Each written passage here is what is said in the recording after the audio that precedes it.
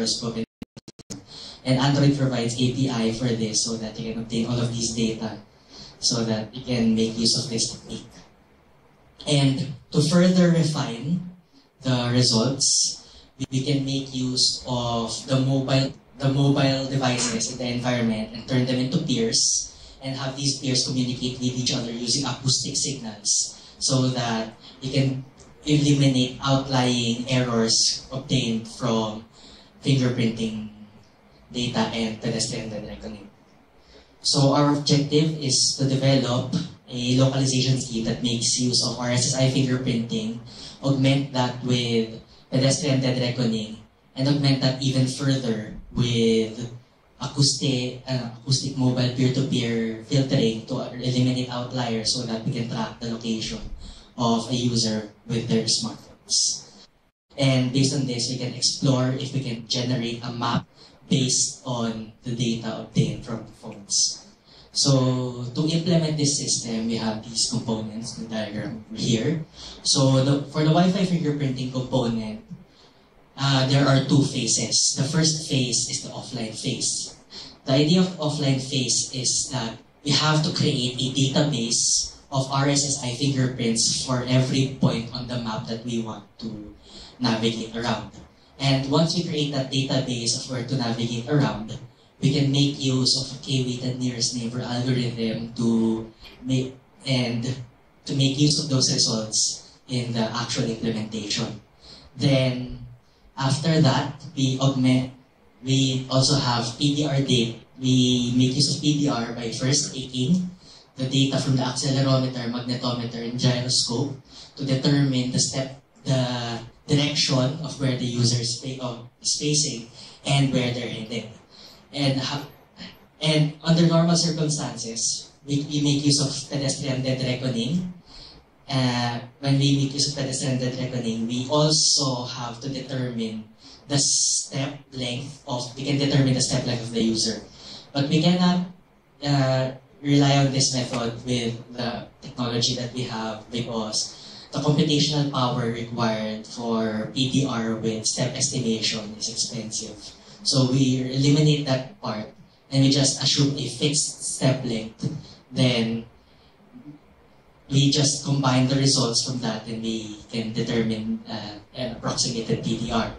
Then after that, we make use of multiple mobile peers. In our case, we have 4 mobile peers. Then we use acoustic signals to get a relative distance. And we combine all of those in a Kalman filter. Once we combine all of those in a Kalman filter, we can smooth out our results and we can get an estimated location of the device within the area. So the testing area for this project was in the National Institute of Molecular Biology and Biotechnology. It was not tested here in the Electrical and Electronics Engineering Institute because to implement the classical approaches to fingerprinting, we need the routers to have a radial behavior, which just emits a radial signal.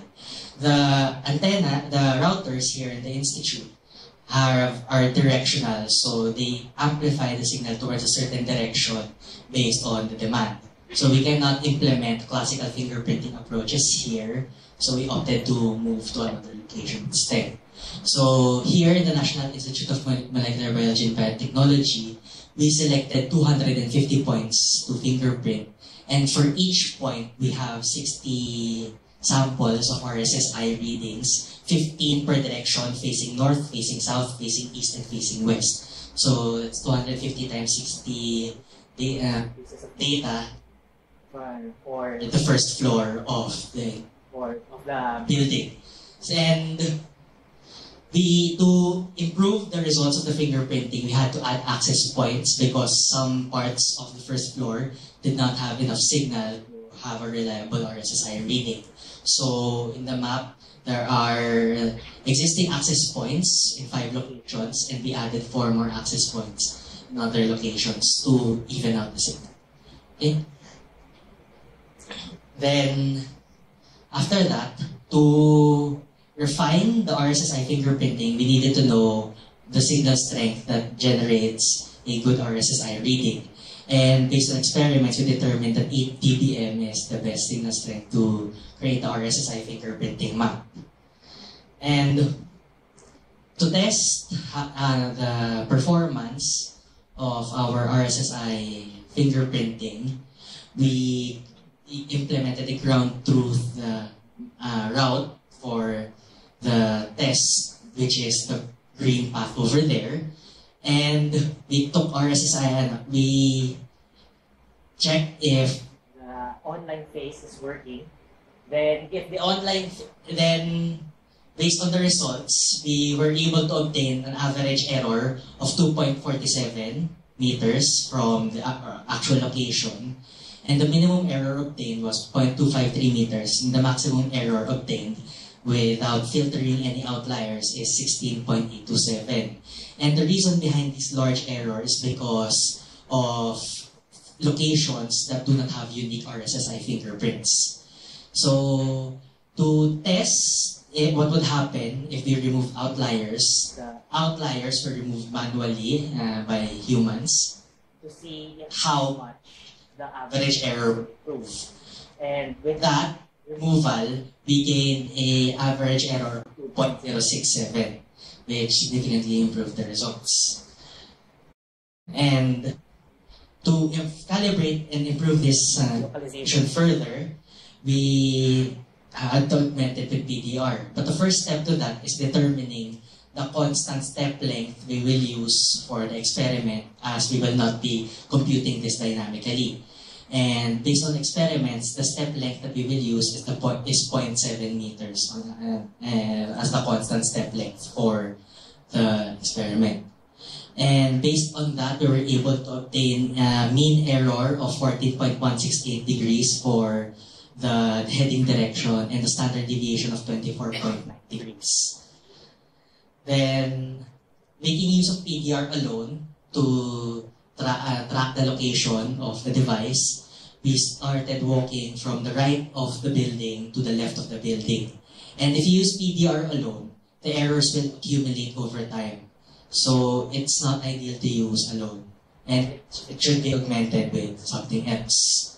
And based on this result, because of how the errors accumulate over time, we cannot make use of PDR to create a map of the building, as it will be offsetted eventually after some time walking.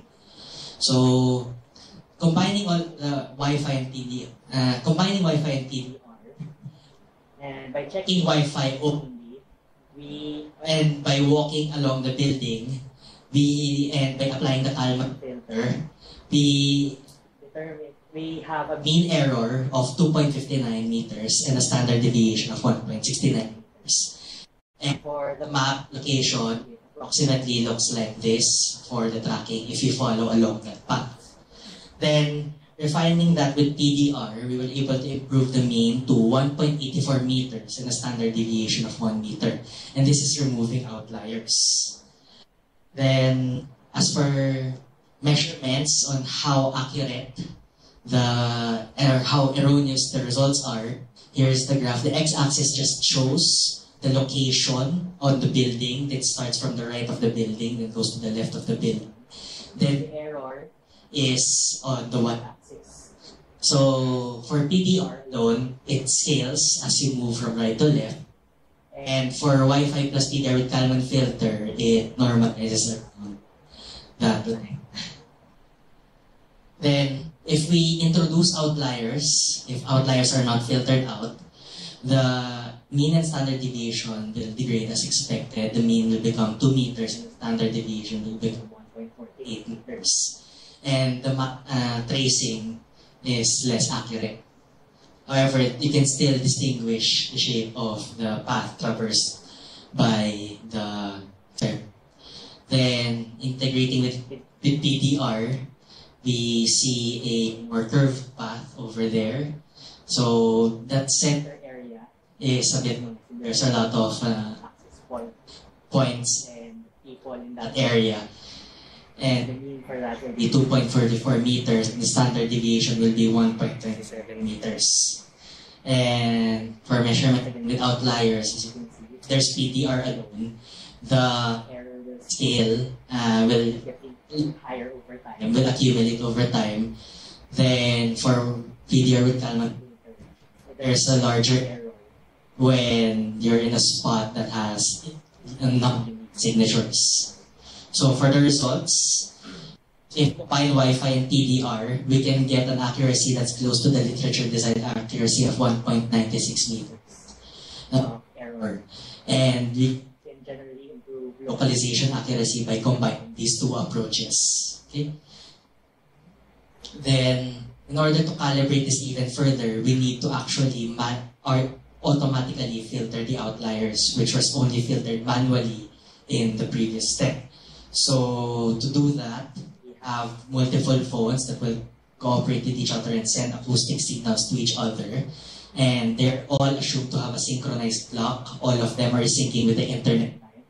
And the speed of sound is assumed to be 346 meters per second. Even if the speed of sound changes according to temperature, it is assumed to be constant. It does not have much of an effect on the end result, so it's alright. And the hardware used is just identical. All of them are using a Samsung Galaxy S7 Edge for the experiment.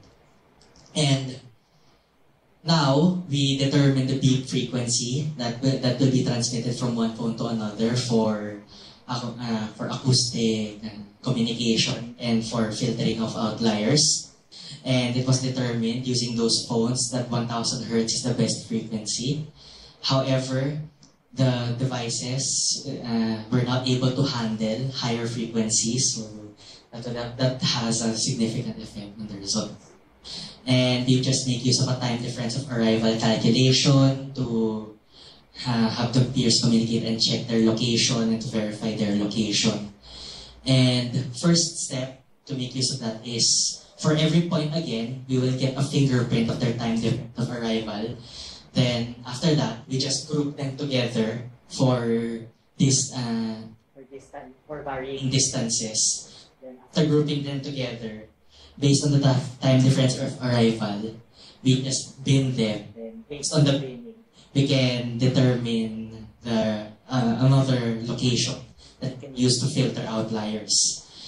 Then, however, because of acoustic noise and because of the low frequency, by combining the results of the acoustic sensors, the mean error increased from 2.20 with just Wi-Fi PDR to 18.01 meters. So by adding the acoustic peer-to-peer, it actually made the result significantly worse and unusable. So as a conclusion, by combining Wi-Fi RSSI fingerprints and PDR with the location, we're able to achieve a localization error that is close to the literature target. And we cannot use this to implement an automated map for the building because of how errors accumulate during PDR. And adding the peer-to-peer mobile devices for acoustic filtering of outliers made the result significantly worse. So for the recommendation, since the measurements are close to literature, we can just have further refinements for the tests, and we can just need more powerful mobile devices so that we don't have to set a constant step length. And we would need mobile devices that can handle higher frequencies or a larger range of frequencies so that the acoustic locationing will work as intended. So that is it for my presentation. I would like to thank the Dean of the Baguio Professorial Chair for giving me this opportunity. Are there any questions? Yes. So, well, first off, very interesting new technology. Looks like there's a lot of awesome applications. So, just a quick question. Is there like a figure of merit that you can compare with other technology? Like, for example, cost per unit area, and accuracy. Because a while ago, you've shown like a slide on what's the advantage. And then second, siguro, yung sa acoustic, so use 1.1 kHz, is there a way for you to actually make it beyond yung para less noise, so you don't really have more. Thank you for that question. So for the first concern, yung cost per area, we didn't actually compute the cost per area. However, those other devices would require extra setup. For this one, we didn't have to set up anything in the building. We just have Wi-Fi, then we just have a regular scope. And that's it. So there's barely any cost to add to implement the system. Then, as for the second question, for the frequency, we would just need a device that could support frequencies above 10 kHz. Since we were not able to test that, as the Samsung S7 devices were not able to pick up signals above, acoustic signals above 10 kHz. We just need a replacement device that can handle receiving those types of signals. As of now, we don't know what devices can handle those frequency ranges. Any other questions? Yes. Acoustic. We can also look at Bluetooth for the peer-to-peer. And because of Bluetooth 5.0, that might be actually another alternative instead of just using acoustic signals, since they are very susceptible to noise.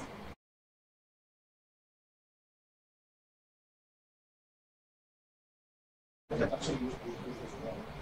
Because I have seen papers where they actually using Bluetooth. Yes, we also intend to use Bluetooth as the next step, instead of relying on acoustics, since it may be difficult to find a device that can handle that acoustic range. It might be easier just rely on Bluetooth. So once Bluetooth 5 is out, we can continue calibrating this research as a phase 2.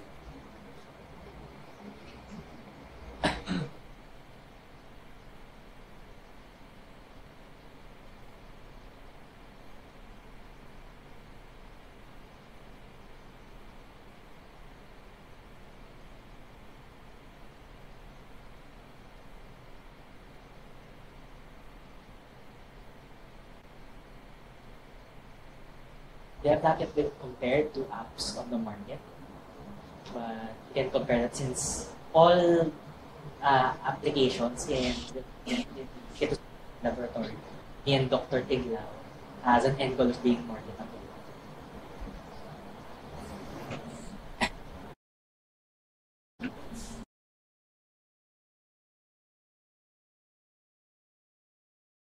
Okay, if there are no more questions, thank you very much.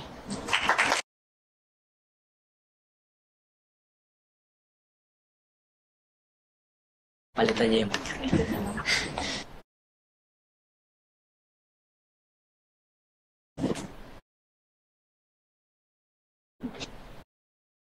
Huwag niyo po gamitin yung mic. Gamitin niyo po yung wired.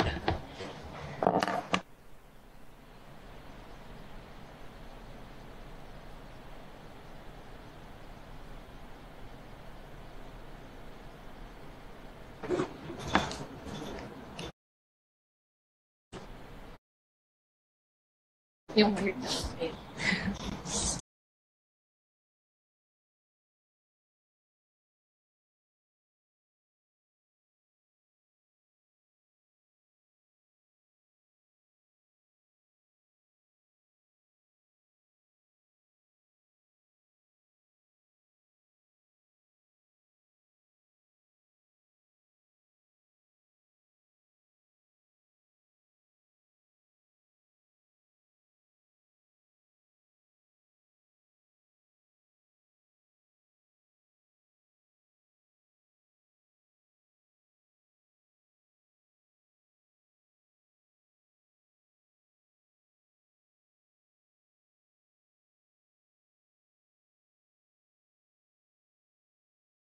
Good morning, I'm Jhoanna Rhodette Pedrasa, Computer Networks Laboratory. Today I'll be presenting for the Telecom Professorial Chair in ECE.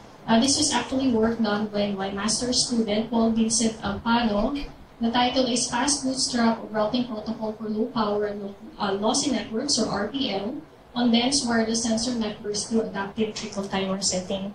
This work was presented in the IEEE Region 10 symposium in Australia, and the paper actually won one of the 10 awards for being highly commended. So that's Paul on the right. He presented the paper during the symposium, receiving the award. So just a brief outline of the work. We'll do some background first and the research objectives, and then we'll go directly to the results and analysis and the conclusion. So for wireless sensor networks, which are for time-critical applications, it is very important to have a fast startup time. So startup time is the time when the network essentially starts up. And you can imagine if you have a power outage, all the sensors will die down, and when the power comes back, sabay-sabay din silang mabubuhay. So everybody has to initialize, start up, and basically configure the network.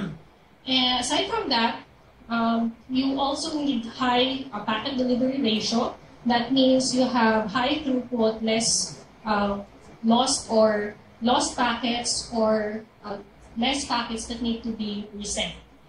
So we also envision that in the future, these wireless sensor networks will be deployed wide scale. And indeed, there are certain applications which require fine-grained monitoring.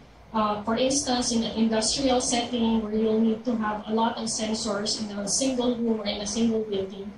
So, some background about low power and lossy networks, or LLNs.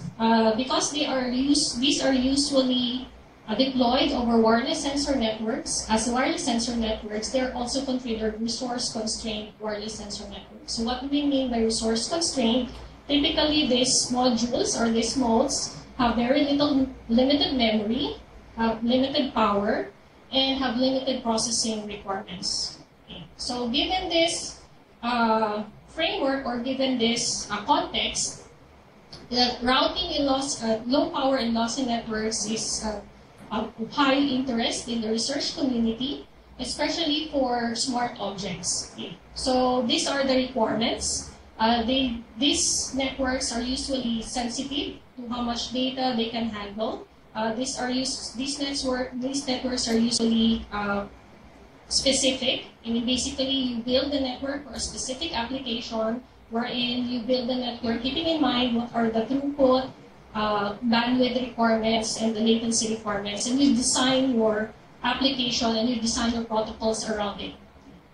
They must be also robust and prepared to deal with transient or unpredictable lossiness. But sometimes things do happen, and even though you designed your network to behave in a particular environment, things happen which may be outside its normal operation. So taking into account the speed at which the device would be able to cope with this transient environments. Now, what is RPL? Okay, RPL is very long routing protocol for low power and lossy networks. Let's call it RPL. Is a protocol designed by the IETF to meet the specification of LLMs. Specifically, how does RPL work?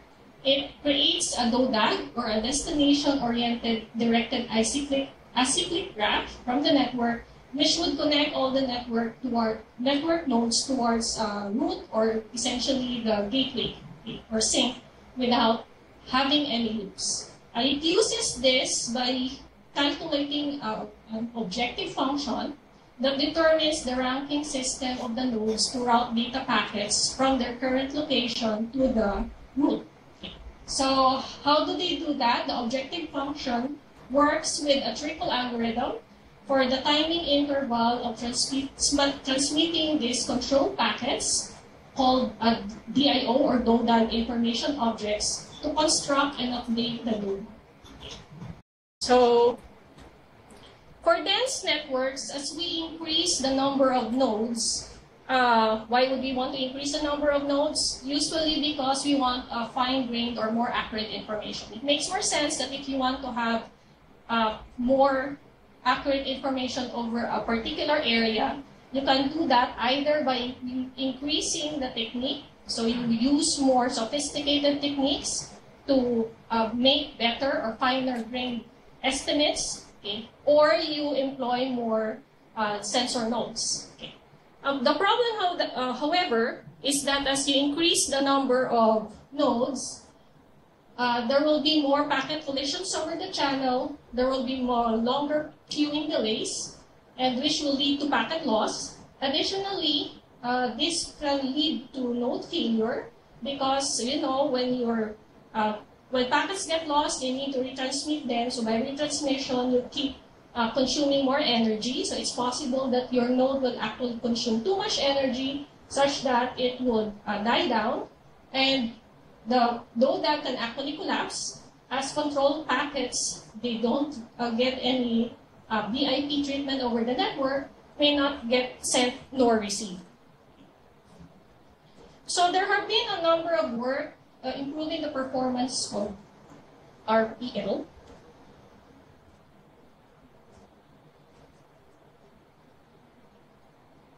Okay, so there have been a lot of work. Actually, there's a lot of work if you search on the internet.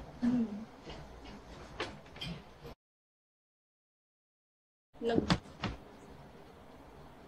If you do a cursory search on Google or any,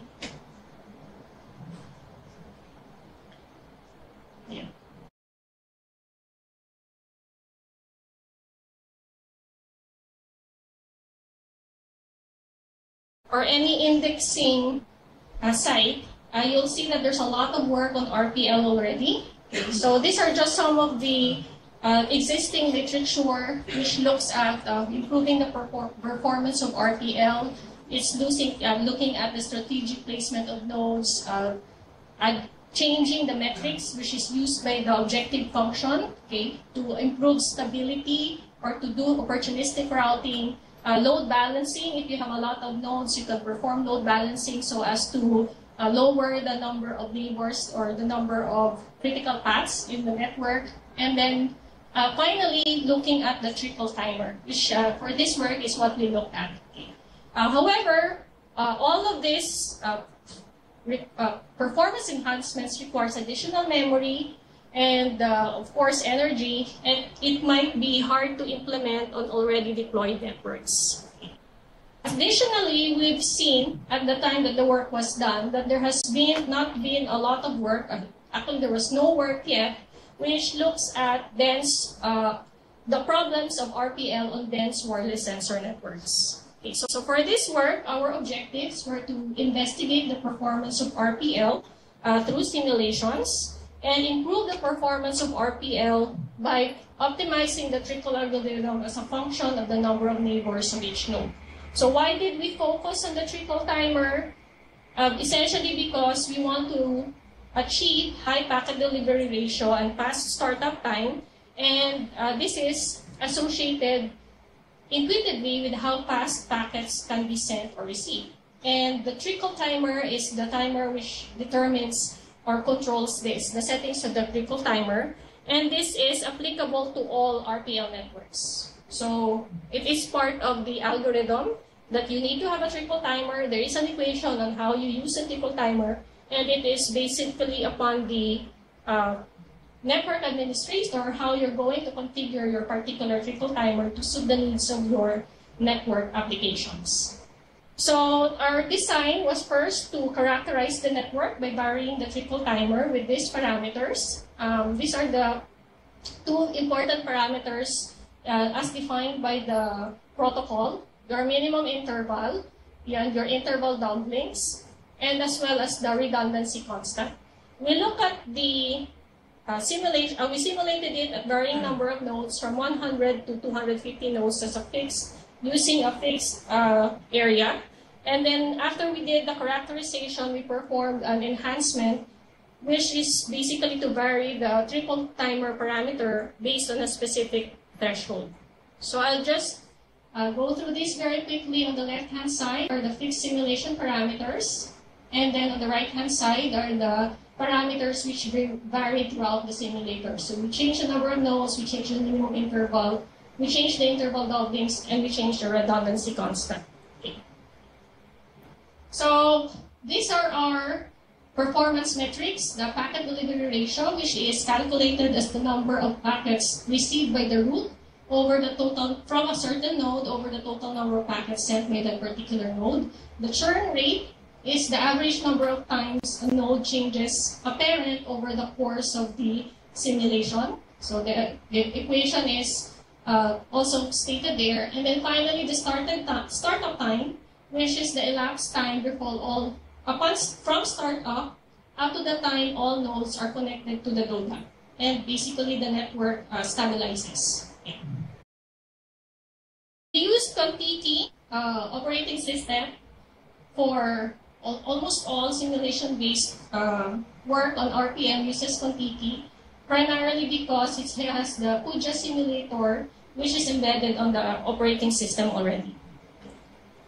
So for the performance evaluation, we use the uniform topologies. This is really, nobody actually deploys their network this way, but it makes analysis quite easy if you use a uniform topology. So later on, when we go to the performance validation, we'll use a random topology.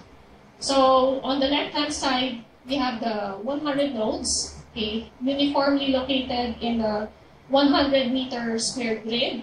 Okay, so each node will have a maximum of 4 neighbors within hearing range.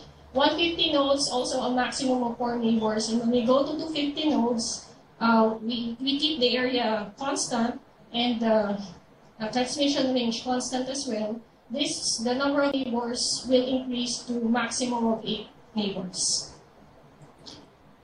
So for the packet delivery ratio, as the plot shows, there's very minimal difference even as we vary the minimum interval, the interval doubling, and the redundancy constant. So essentially, our trickle timer parameters have no effect on the packet delivery ratio, which is good news. So we can vary the timer parameters without negatively affecting the packet delivery ratio or the good put of the network.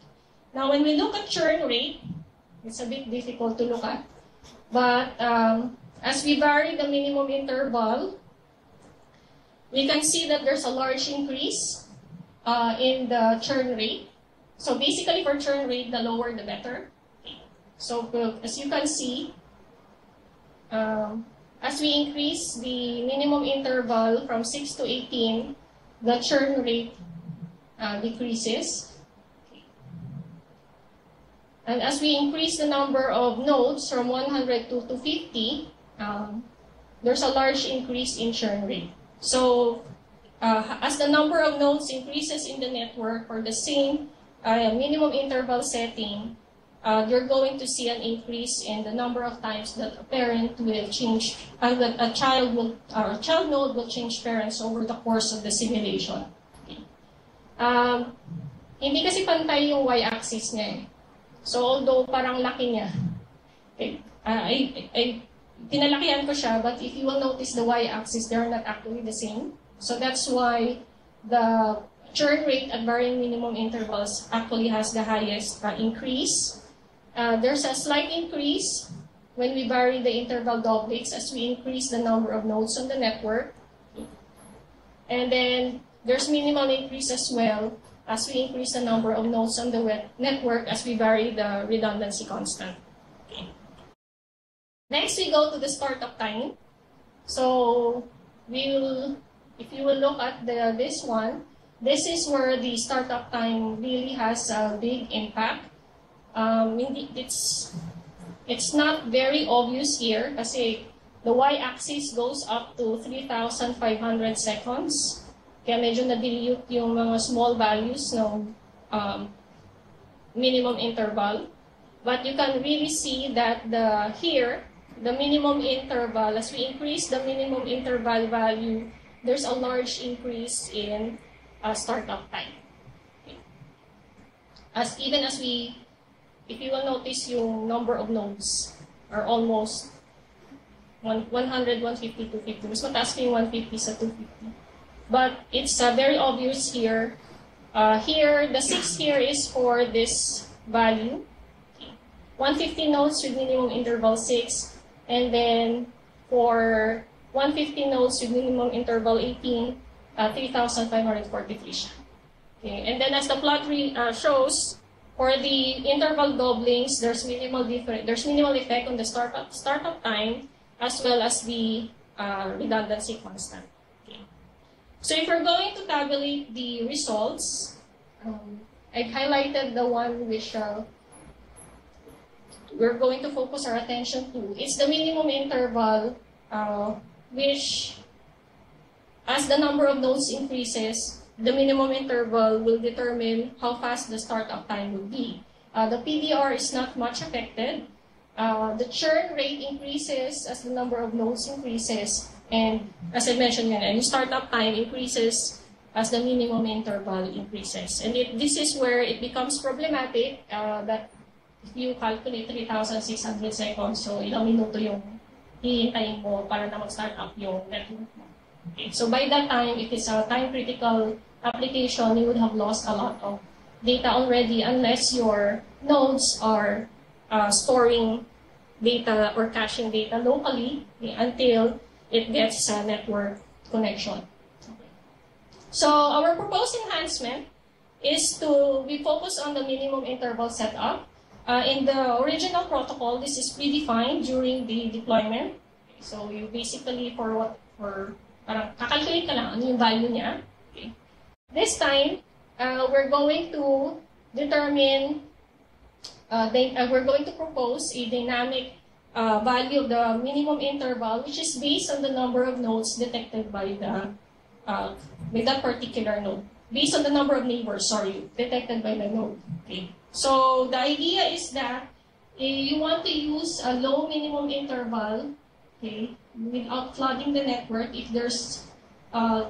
there's less number of nodes on the network, then you can actually use a high minimum interval. And we're going to set or find the threshold value where you're going to switch which minimum interval you're going to use. Okay. So the idea behind this is to keep it as simple as possible so that it will be easy for nodes to implement. Okay. So very simple actually yung enhancement. Okay. If the number of neighbors is less than equal to a particular threshold, then we keep a minimum interval which is some constant A. Otherwise, if there's the number of neighbors is greater than a particular threshold, then we switch to a different minimum interval constant. So how do we determine the neighbor threshold? Actually, he did a lot of simulations with different parameters. Eventually, we zeroed in on this particular metrics, 6 and 9. From the performance evaluation between 6 and 9 and 6 and 12, so yun yung A and B dito. A is 6, B is 9, or A is 6, B is 12. And then we use the same performance metrics as before, and we determine the number of neighbors, essentially yung T. What is the number of neighbors that would, the threshold. So this is for the PDR. Then just go directly to the result. Again, the PDR is not the interval setting, minimum interval setting has very minimal effect on the packet delivery ratio. For churn rate, there is some difference. It's lower, as you can see here, the right-hand side of the table. The churn rate is lower when you use the 6 and 12 setup, okay, compared to 6 and 9. Okay. And then the startup time is lowest at 4, 5, and 6 neighbors. Okay. So we just basically use 4 neighbors with 6 and 9 as a pre-threshold and post-threshold. So to validate this, we chose a different topology, a random topology with 150 nodes and 250 nodes. So the topologies are on the right-hand side. And then we compare our enhancements with a fixed minimum interval of 6, fixed minimum interval of 9, and a fixed minimum interval of 12. So we've actually identified here the blue nodes are the root node. You can think of it like the gateway node in the entire network. The red nodes are critical nodes. So if you analyze the network and if you actually look at the DODAG that is made after the network is stabilized, you will be able to identify critical nodes. Critical nodes are those nodes on the path where has a large number of nodes or neighbors connected to it. And we call it a critical node because that node becomes like a bottleneck node. If something happens to that node, there's a lot of downstream nodes that would basically suffer. So random generated siya. So if intuitively you would think na nodes near the gateway would be a critical node, but there were instances like this one wherein the critical node is actually very far away from the road. So that's actually an area of research, fixing and how to fix those problems of critical nodes on the network. Okay. Anyway, so we go back here. So for the packet delivery ratio, there is basically our enhancement leads to high packet delivery ratio. And for the churn rate, highest in churn rate for a minimum interval of 6. And as we increase the minimum interval, okay, it performs better. Lowest is actually at minimum interval 12. But our enhancement, okay naman siya to a certain degree. It's not the best, but it does a fair performance, okay, compared with the rest. Not as bad, although not the best. Okay. And then finally, for the startup time, it's again pretty fast, comparable to the lowest or the fastest startup time, which is MI6. Okay. So, in summary, it's very simple. If you think about it, it's a very simple enhancement. It was able to merge the advantages of both settings. Ang advantage ng a low minimum interval is that you will be able to have a fast startup. Unfortunately, if you have a very low minimum interval value, it also leads to high churn rate. Okay. So, what does high churn rate mean? Very unstable yung network mo kasi if you look at a particular node, palit-palit siya palagi ng parent. That's what churn rate means. The churn is how many times you switch neighbors, you switch parents during the course of the simulation. So churn is actually something that you would like to manage over the network, and you want to keep it as stable as possible.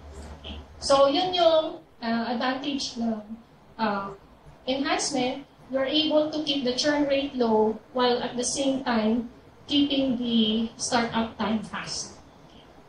And it's a pretty simple enhancement if you think about it. In this case, we work on the assumption that it's a version 6 network. So in IPv6, meron talaga neighbor discovery protocol. So we're going to use the neighbor discovery protocol of the underlying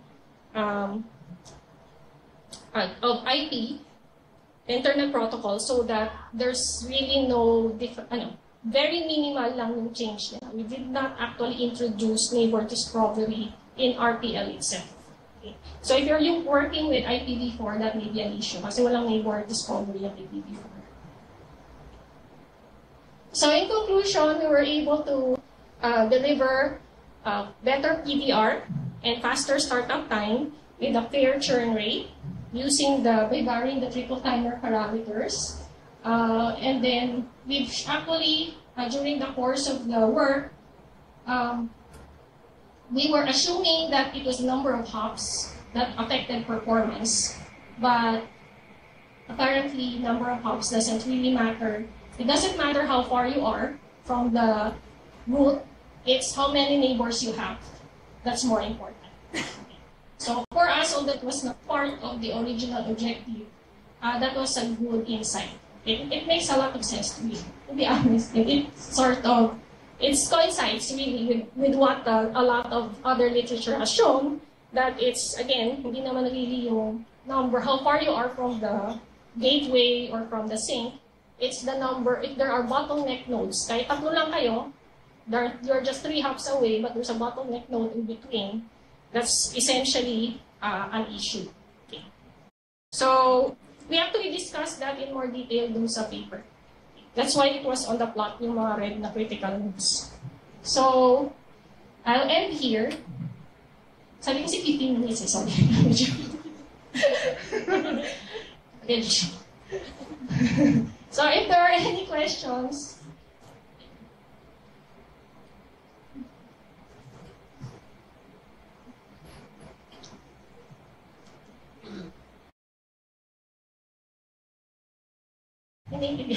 sorry. So sobrang bilis ko ba? Masyadong mulo. Yes. Sorry.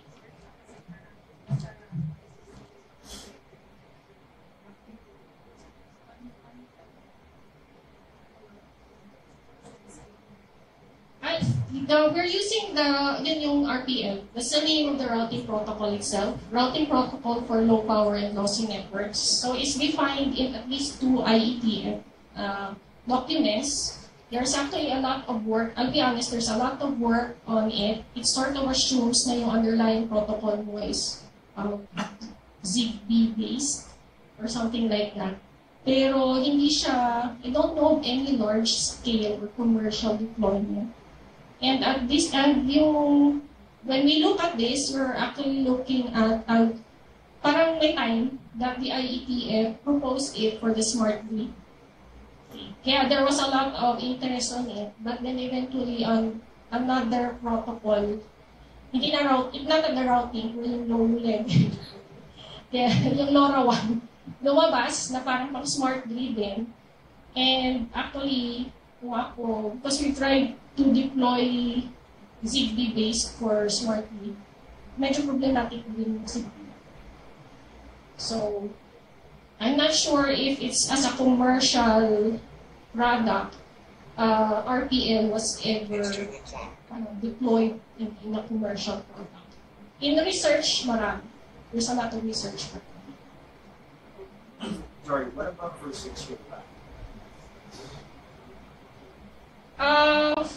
Si Sir Tiglao siguro yung mas familiar doon. But, what do you mean yung RPL for over 6 low-pan? 6 low-pan is something I know you can see. Yeah.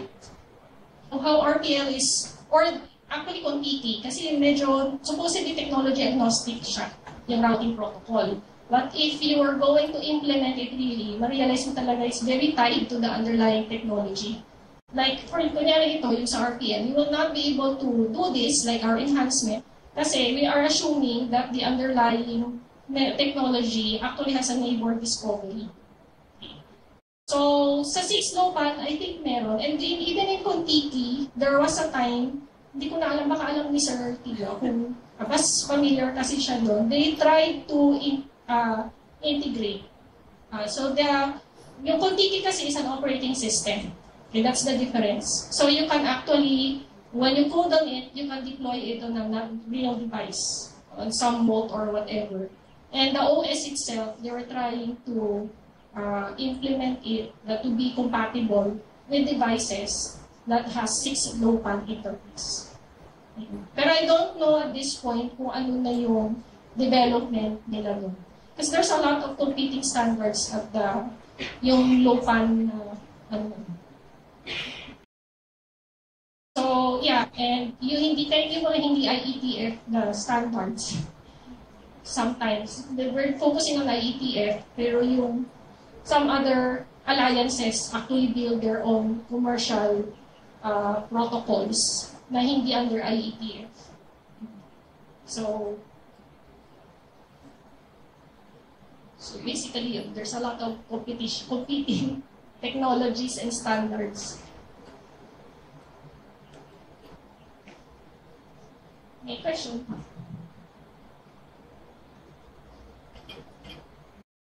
So, thank you very much.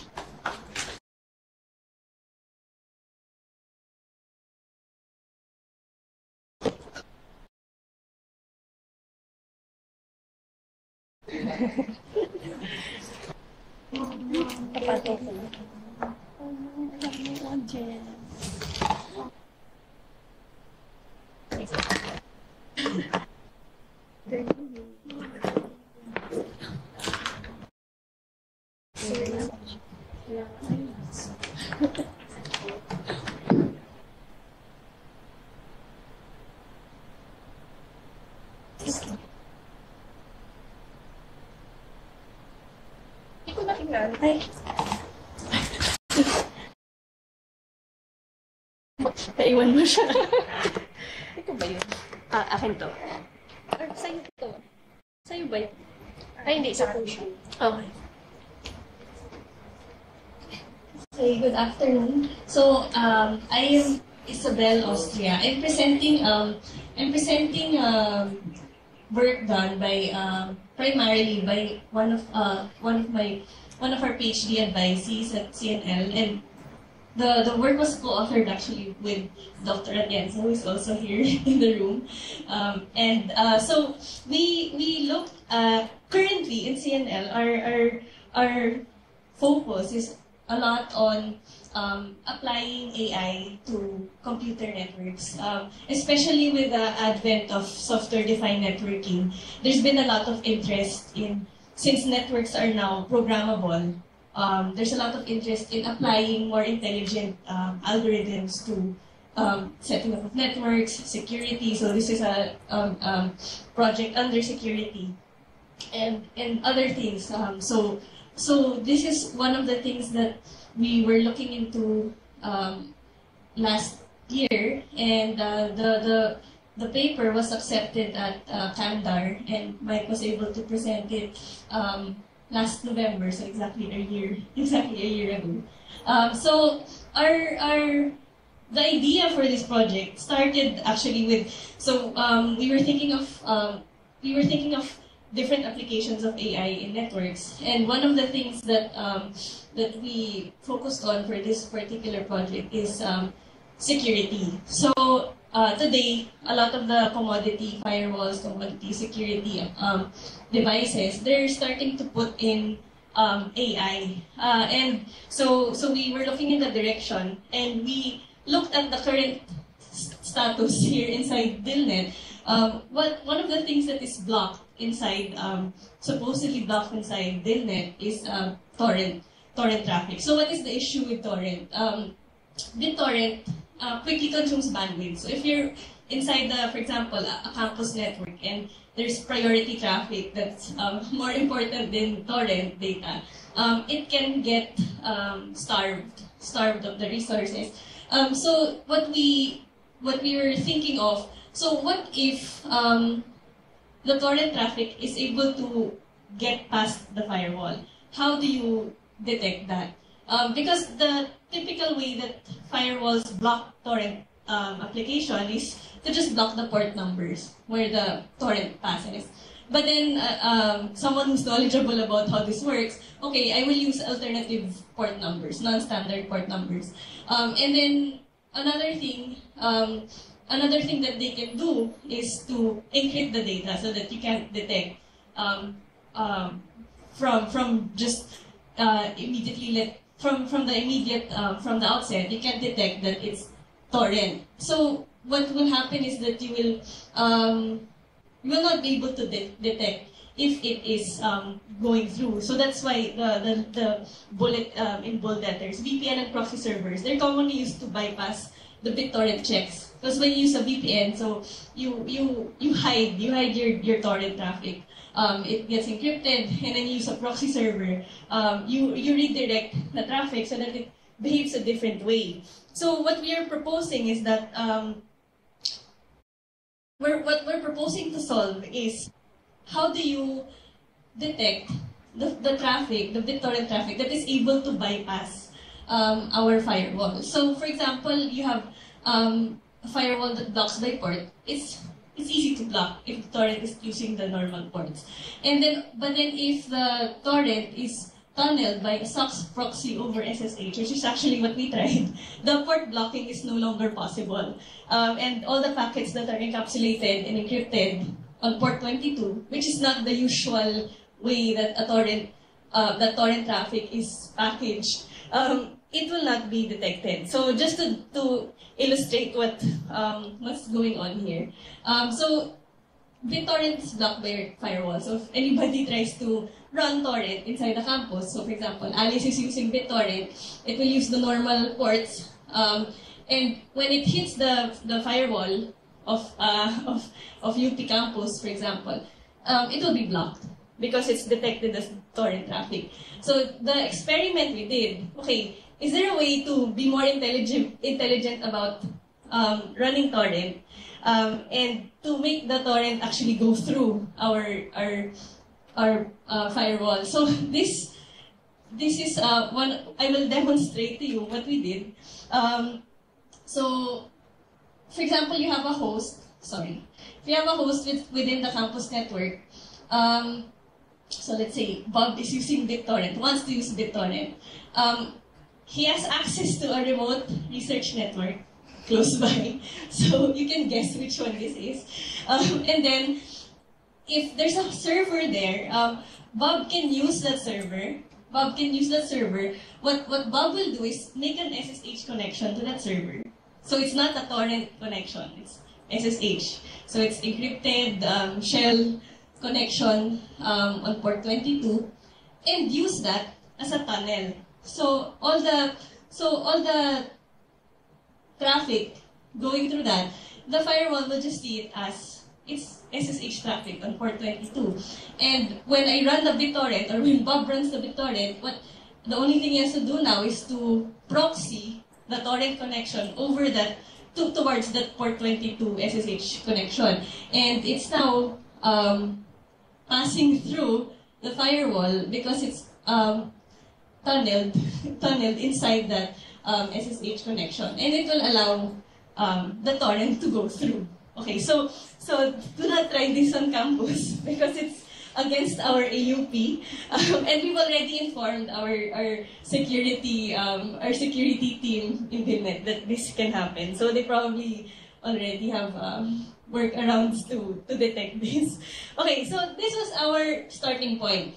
And our motivation was that, so it gets through the firewall, but then a network sysad, by looking at traces, the sysad, by experience and intuition, he would be able to see na, this one looks like anomalous traffic, or this one looks like BitTorrent traffic. So even if it gets through the firewall, a person, a sysad, a network sysad with a lot of experience, will actually be able to flag somehow what the traffic is. If this looks like normal HTTP traffic, this looks like WAGET, this looks like BitTorrent. So our motivation was that, so what if we try to give that kind of intelligence to a firewall, to a network device? So over the course of this project, the main things that we were able to come up with was a classifier technique that does not require decryption, because we don't want to have to do deep packet inspection. Deep packet inspection meaning you will look at each packet, decrypt it, look at what's inside, and then, okay, this is torrent traffic, this is not torrent traffic. It goes against a lot of issues like privacy, and you want to do that on all of your packets. So we do not require decryption, nor further intervention to the connection itself, so it's not obtrusive. We don't really do anything to the traffic. We were able to successfully identify BitTorrent traffic running inside that method that I explained a while ago. We were able to identify, differentiate, this is normal web traffic, this is BitTorrent traffic. With the only drawback being the resource required to capture the amount of traffic. So this is because we had to train our model, and the limitation of what we came up with is that it's only trained with the packet capture that we obtained, and we set this up here in campus, and it's not really a very large data set. And then also, so we also came up with a novel feature set representation of a TCP connection. So usually the tricky part about training anything, Dr. Agnes will be able to explain this better, is to select properly the way you prepare your feature set. When you have network traffic, for example, and you're training something to identify BitTorrent versus not BitTorrent, the way you select your features would probably be different if you were trying to detect something else in the network. And so we are able to show here that the feature set that we used has potential. It's able to detect. It's able to identify if it's BitTorrent or not. Okay, so a bit of background about the intrusion detection systems or the firewalls that today they're trying to integrate with machine learning, the requirements nowadays are changing. So from protecting a network from known threats, so like we know about the bots, we know about the existing viruses out there, from protection from that to protection from unseen threats. So like a while ago, the demonstration that I showed, it's not really a threat, but it's unknown. It's unknown traffic. You don't know that the BitTorrent traffic is going through. So the security requirements are changing now. People are figuring out ways to work around the normal way that we detect and block unwanted traffic, and so we have to shift focus. So for this work, we focused specifically on tunneled BitTorrent. So there are many other kinds of things that you can block in a firewall or in an IDS, but this is a very common practice to hide traffic. So you use a VPN and a proxy server, and doing that, you're able to hide whatever activity you're doing. So our results, later I will show the numbers, but we beat most of the machine learning algorithms present at the time. But then there were powerful ensemble algorithms that scored higher than our classifier.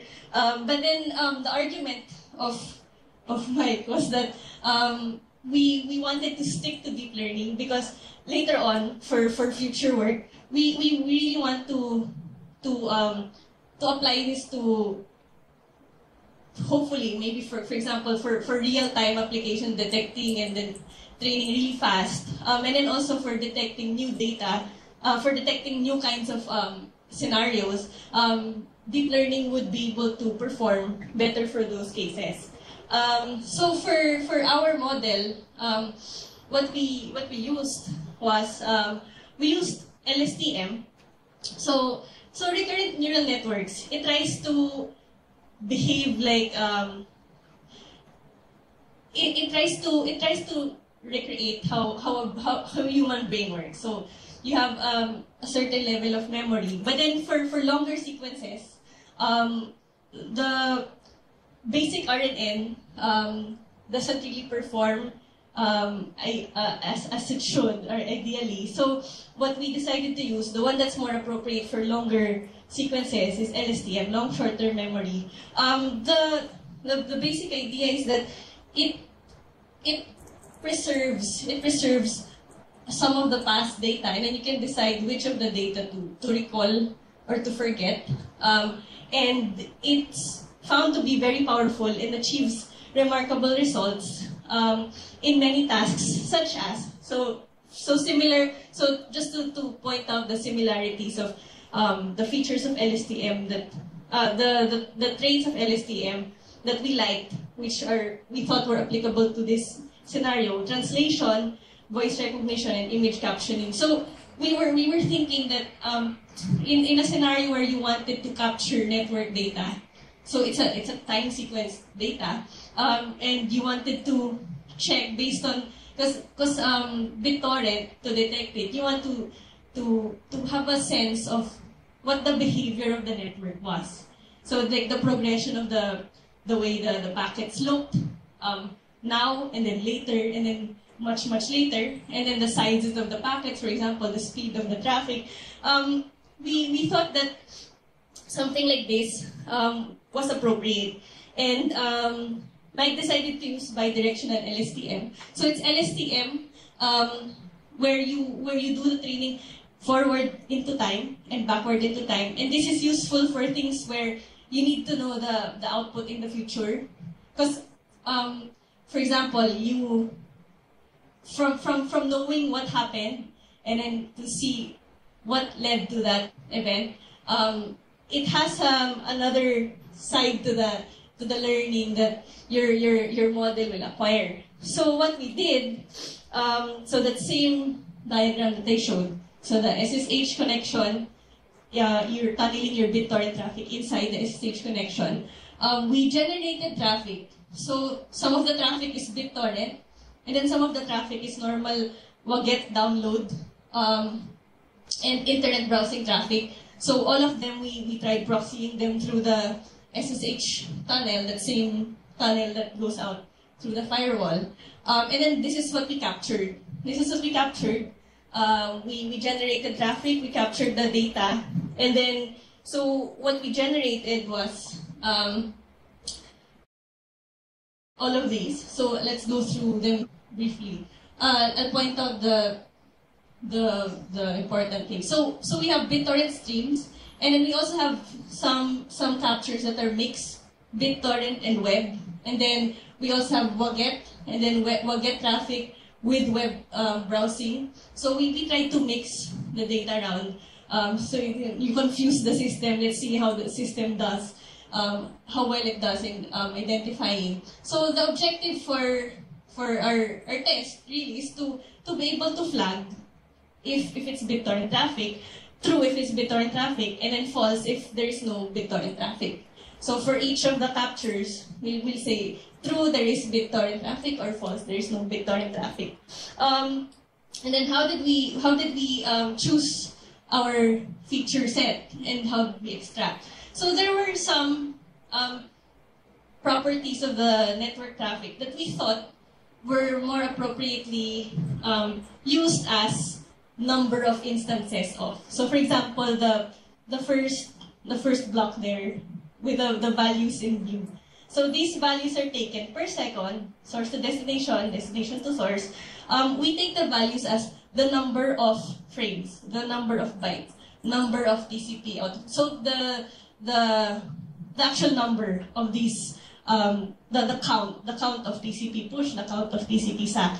And then there are some features that we thought, if you're really after the behavior of the network, you're not really just gonna look for the number of times it happened within the time interval. So we decided that we'll use statistical descriptors for the ones below, the ones in the gray box. So for packet lengths, RTT. So we wanted to get an insight, for example, round trip time. How does the round trip time vary within the time interval? So it's not really amount of what is the maximum round trip time, purely that. More of, so what is the maximum, what is the minimum, how was it varying within that time interval?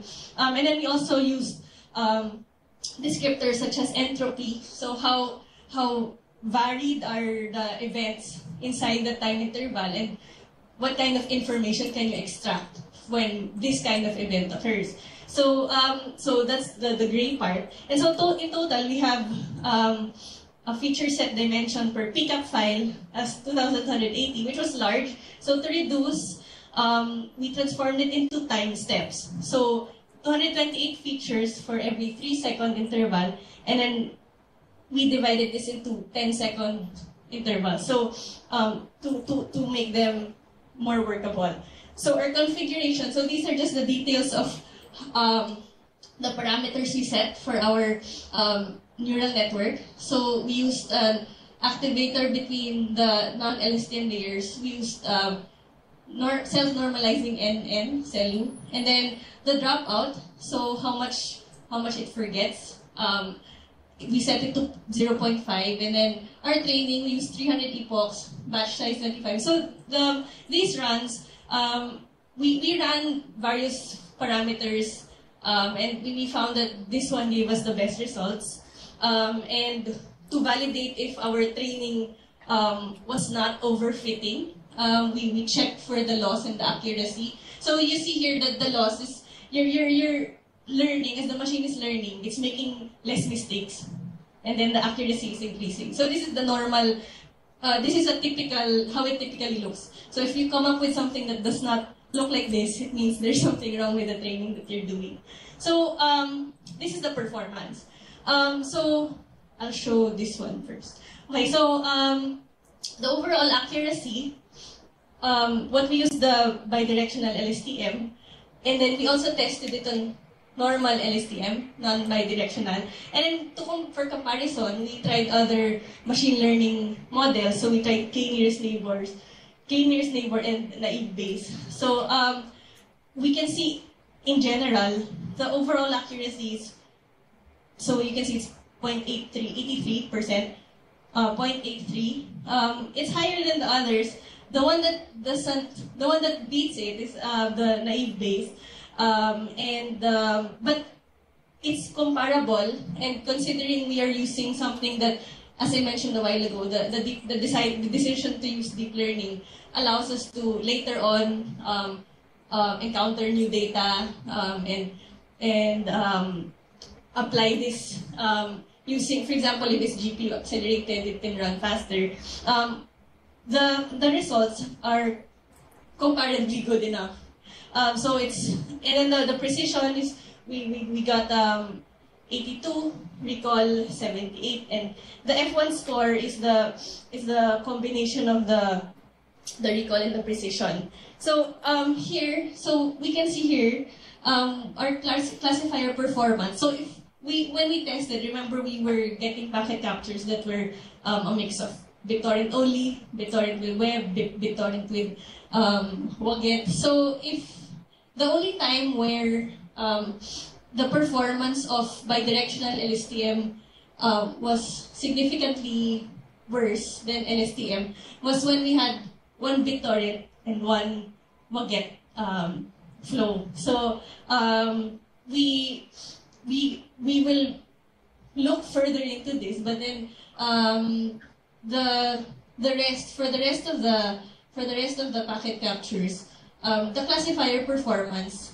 does better than the normal LSTM. So in conclusion, we demonstrated that there is a capability that deep neural networks are capable to determine, to identify traffic, unwanted traffic, for example. For example, traffic that you want to be blocked from your network. Even in cases where a state-of-the-art firewall fails. So the mere fact of being able to run the BitTorrent through the actual network on a live network, it means that the production of the shelf IDS and firewall fails to mark that as BitTorrent traffic. But our model, with around 80% performance, is able to do that. And so our work, it overlaps with machine learning intrusion detection research, but we show that it's applicable for traffic classification as well. So, because we can use this for different things. You can, for example, you want to give a differentiation of quality of service, you can classify your traffic. So, not really for intrusion detection. And we showed that bidirectional LSTM is effective in classification problems where features are represented as time-step sequences. And deep learning, it's able to scale with GPU, and the performance is fast during inference. So if we wanted to use this for example, later on to apply this for live, for a live firewall, we are thinking that this has a lot of potential. Although the work to actually get something, acquiring traffic and then detecting it fast, this is something that we're still working on. So, yun, in summary, we were able to find an alternative way to mark the traffic and then potentially to take action, to take steps against it.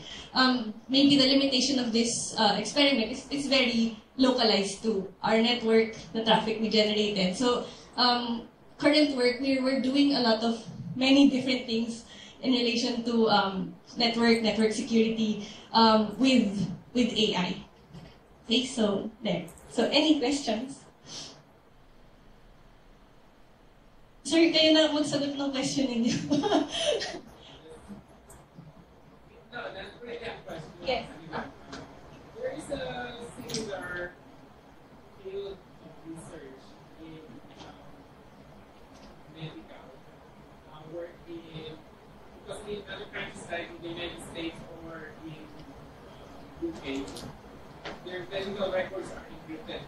There's no way you will be allowed to decrypt them and see the data. Yeah. Have you considered, which is something similar to what you're working on? Yeah. Have you considered doing on mga medical applications. As far as I know, somehow they have good success in that area. Yeah, actually, and actually it's a good area to also parang divert to. Kasi we're also looking at, for example nga, in wearables, ngayon, parang, di ba you collect parang fitness data, ganyan. You don't want people to snoop into your kunyari, medical records or fitness data. And actually, that's what we're always discussing. So for things that are encrypted, and you don't want to have to do decryption and inspection of the thing, diba? You want to be unobtrusive. Very applicable ang machine learning and deep learning sa kanya. So actually, it's a good topic to start looking into yung mga encrypted na medical records. And then you can kunyari predict na this person ito yung pwedeng maging sicknesses na later on. I think in fact kasi kunyari yung mga Fitbit companies ngayon, Fitbit and other fitness wearable companies, since they've accumulated tons and tons of data, they're starting to tinker with that nga. Parang, can we predict if this person will get sick? Given ito yung kanyang historical data ng kanyang heart rate, ng pedometer niya, ganyan. But then, of course, you also want to respect nga diba, encrypted dapat yung data, ayaw mong maging obtrusive. So yeah, thank you for that comment, sir. It's something that we realize, guys, opening up new things na before you couldn't do analysis on encrypted data without decrypting it and But now, okay, we can leave it encrypted, we can be unobtrusive, and then we can try to make meaning out of the data that we extracted. Any other questions? Okay, so if there are no more questions, thank you for your attention, and I will now pass you on to the next presenter.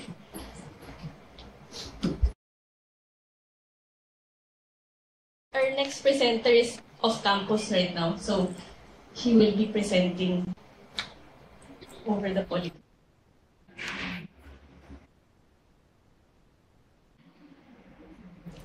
Hi, good afternoon, everyone.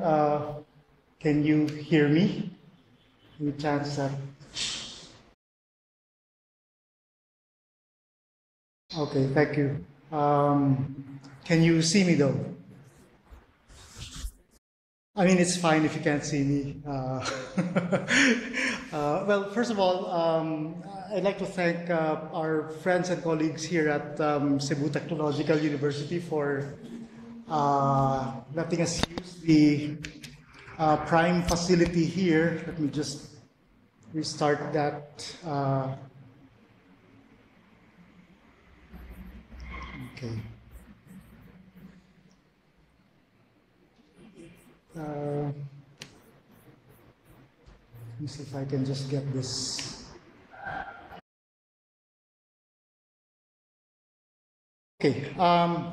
So my talk today is about crowdsourcing information infrastructure for smarter cities and countrysides. And as Bella mentioned a few minutes ago, she was discussing in general our current direction of interest, combining AI and software-defined networking and things like that. So those are things moving forward. In contrast, my talk will be somewhat of a retrospective on some work our students and us have done over the past couple of years, and try to synthesize or establish what the direction is, and also try to link it up with our current interest, which is in more, shall we say, more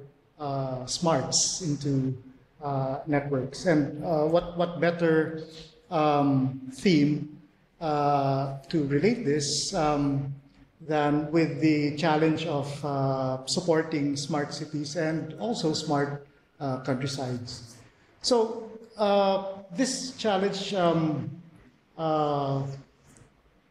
has a foundation in the need to support and provide a lot of services in future smart cities. Things like transportation management, environmental monitoring, food security. In the countrysides, being able to support smart farming, and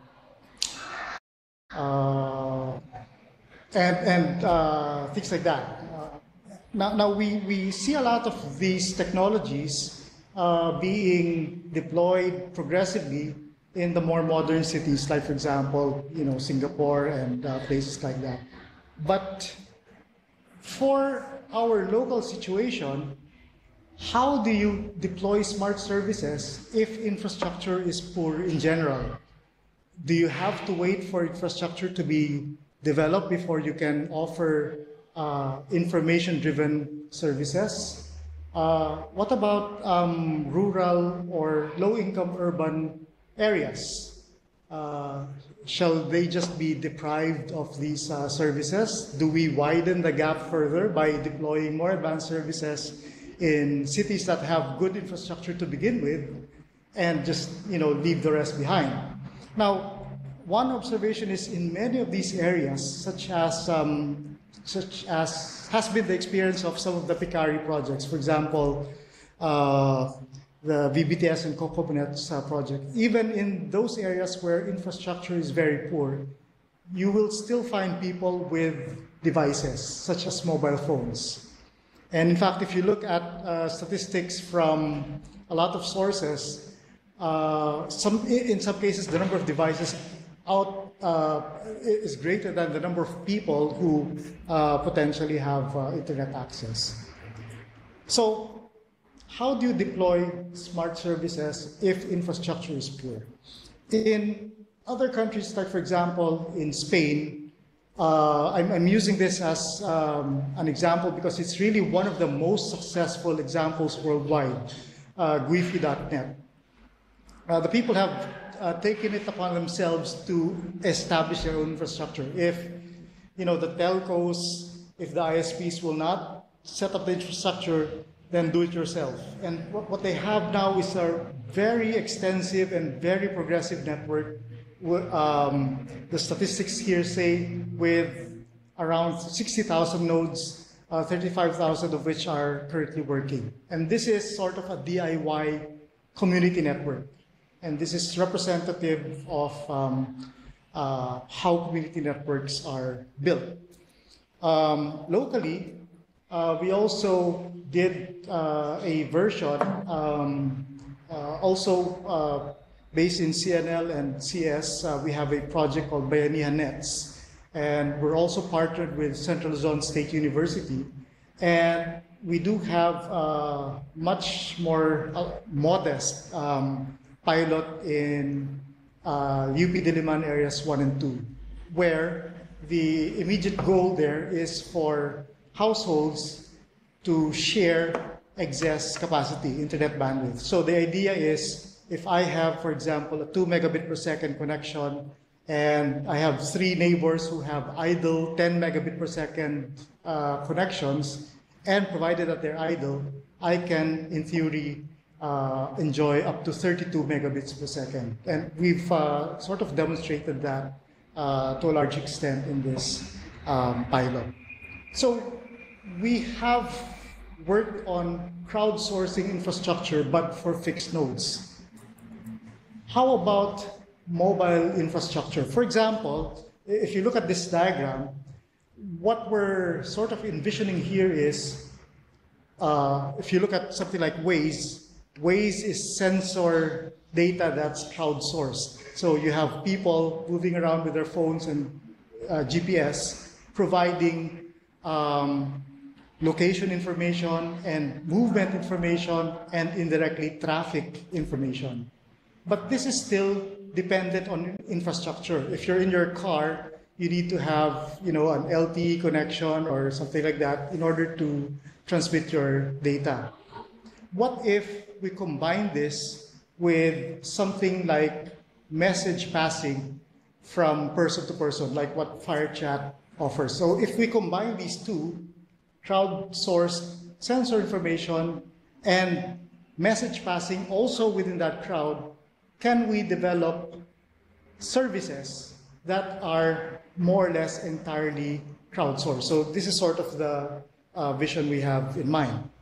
Now, this is distinct from the rather extensive work on MANETs, mobile ad hoc networks, because first, we don't assume that there's a single technology connecting all of the nodes. We don't assume that everything is on Wi-Fi, everything is on Bluetooth, etc. We would like to include both infrastructure and infrastructure-less based networks. So whether you're passing directly over Wi-Fi to someone else who has a mobile phone, or you're using your LTE connection, it has to be within the same philosophy. It's not under a single administrative domain. It's more about users contributing forwarding rather than the science of forwarding techniques. So a lot of the research on MANETs is about routing and things like that. But we're not really after routing per se. We're after using volunteers as people having devices that can route or forward messages. And it's more about messages than packets. So, sort of appropriating or using this term crowdnets for now, and note the quotation marks. Some of the technical challenges that you might have with crowdnets would be, first, if you have volunteers forwarding messages, then they'd be worried about their battery consumption. They'd be worried about cost. They'd be worried about whether it impacts their own use. If I'm agreeing to forward traffic of someone else, it better not slow down my own access, things like that. Second is, we're dealing with mobile devices, so there's always that challenge of mobility and intermittent connectivity. Third, if you roam, if you move between different networks, then your IP addresses are changing, then you might be talking to another device that actually has the same private IP address as you, and so on and so forth. So end-to-end addressing, as we know it, might not make sense. And then number three, if I'm part of a volunteer network, then I want to have some assurance that my privacy and my security is protected. So let's take a look at the first challenge, QoS and energy impact. Around 2 or 3 years ago, did some work in the lab about lower than best effort bandwidth sharing, where someone who agrees to share internet access or other kinds of bandwidth, other types of access, at least has some assurance that their usage has top priority. And we've used this concept in sensor networks, in IoT, in the Bayanihan Nets pilot, and even to the idea that perhaps we can even use this to deliver ultra-high definition videos in community networks or mesh networks where bandwidth of one connection is not really that much. We've also leveraged some work done primarily by a former PhD student who's now back at CLSU, Jojo Macaballe, and Mike Cruz continued this work along with Nestor Tiglao, and applying things like channel load-aware routing, which is based on the concept of busyness rather than simply congestion in routing packets in a mesh network. Now, the next challenge has to do with mobility and intermittent connectivity. So if you're moving in an area that has poor infrastructure, then you're getting a signal, you're losing a signal, you're getting a signal. Sometimes you're running into someone who might be sharing bandwidth with you, and then you're just like ships passing in the night.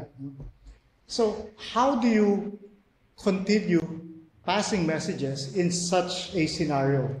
And here we look at things like peer-to-peer and ad hoc connectivity, Wi-Fi direct, and even delay-tolerant networking, where if you receive a message that's kept in your device until the device senses another node that can forward it progressively further out. So it's more tolerant of delays.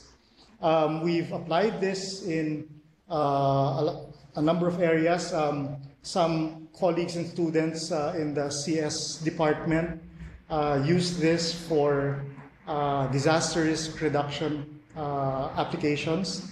And we also examined it in the same application scenario, but this time we attached them to bicycles, because what's the easiest way to, well, not exactly the easiest way, but what's the most feasible way to travel to an area where the roads are out and mobility is a bit challenging. So bikes. So we tested the same concept using bikes in some experiments on campus. Okay, the third challenge has to do with what was mentioned earlier. When you roam between different infrastructures, then your IP address keeps changing, or sometimes you're actually, in a way, conversing with another node in another network that has the same IP address as yours. And establishing communication between the two becomes very challenging. In fact, end-to-end addressing, as we know it, as networking envisions, does not make a lot of sense anymore. So we can't depend on traditional addressing and routing anymore. And this is where we try to apply this concept called named data networking, which is more about passing messages and allowing them to sort of rendezvous and match interests and data, and use that as your basic paradigm rather than end-to-end addressing and routing. And some of our students even built an app and tested it also on campus and used NDN to track the progress of, let's say, an ECOT Jeep, and use that as well to, well, the vision is you can use this to book a ride, track where the Jeeps are, and so on and so forth. And then finally, there is always that challenge of ensuring or assuring privacy and security. And the conventional thinking before, especially in the IoT world, they said that, well, IoT devices and nodes, they're resource constrained, and therefore they don't have much in terms of CPU and memory. So maybe it's not good to run security or have encryption on these nodes. And what our students did was to sort of challenge that assumption. They got smartwatches, and then they said, what would really happen if we ran crypto algorithms on these smartwatches? And what they found was, at least subjectively, it did not seem to have that much of a negative impact. So with the kind of devices, with advances in hardware that we have today, perhaps security and privacy can be guaranteed, and it's about time that we started to turn on these things, or at least start incorporating them in applications. So among to sort of develop these concepts, these are what we have examined so far for the past 2 or 3 years, starting with Wi-Fi direct and ad hoc and direct connections, QoS guarantees, lower than best effort, all the way up to our most recent work on security. And as Bella mentioned, we're now looking at things like, how do you incentivize people so that they volunteer their resources in a crowd net? How do you ensure security within a group? So rather than just ensure the security of a single individual.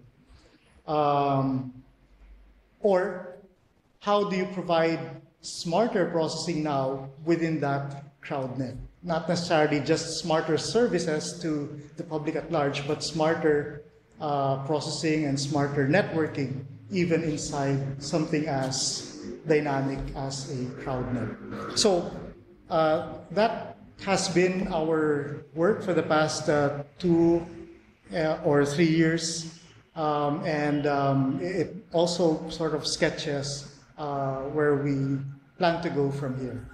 Thank you very much for listening.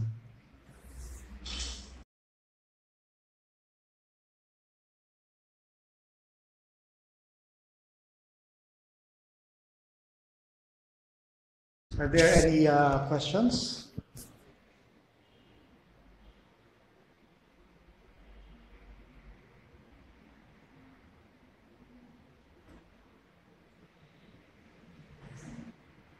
Okay, if there are no questions, then I'll just unplug my content to hand over the screen to the next speaker. Thank you very much.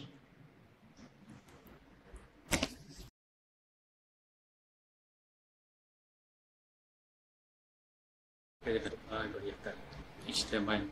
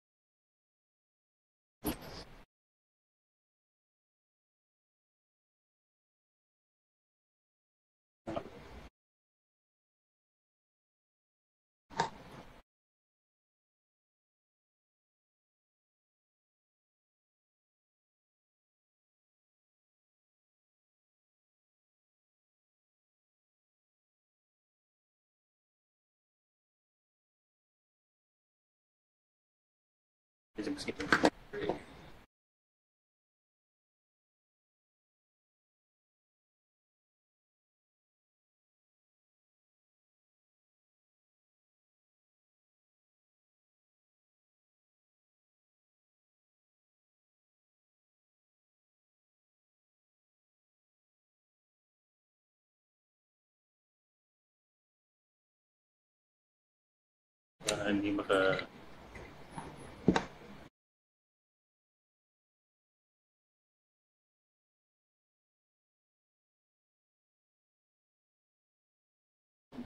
apa deh.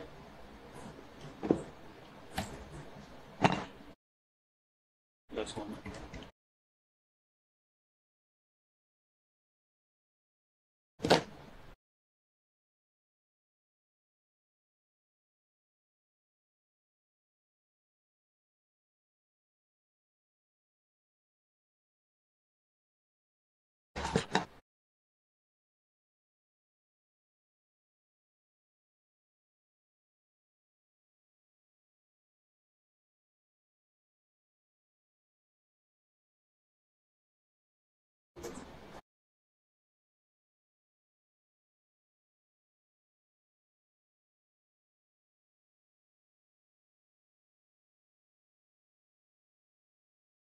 Ayos.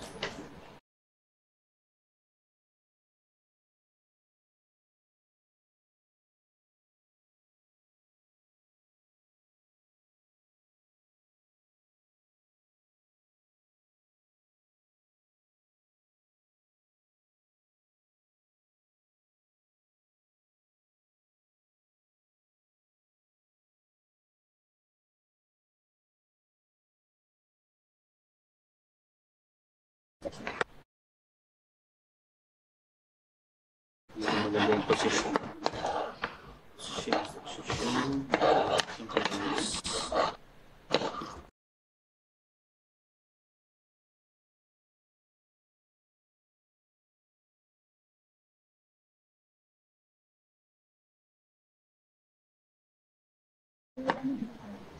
Wala.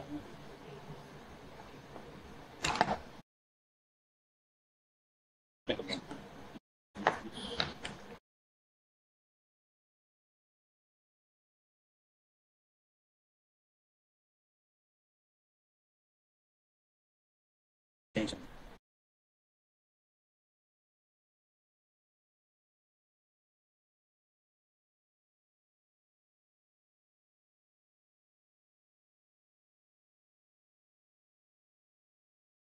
$4.10. Awesome. Yes. Hopefully mag-work.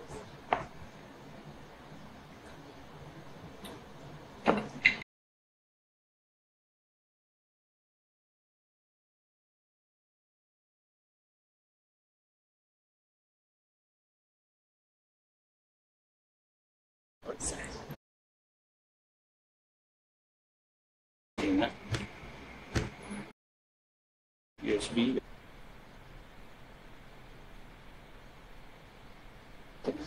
There's none.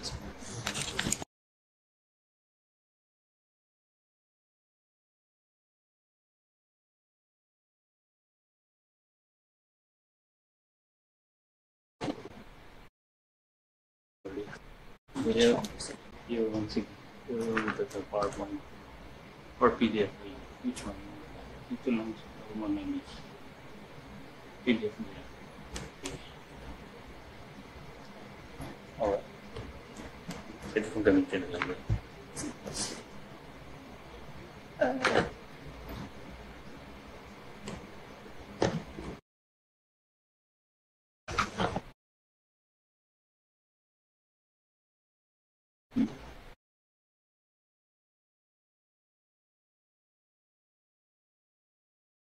Right, sorry for the delay.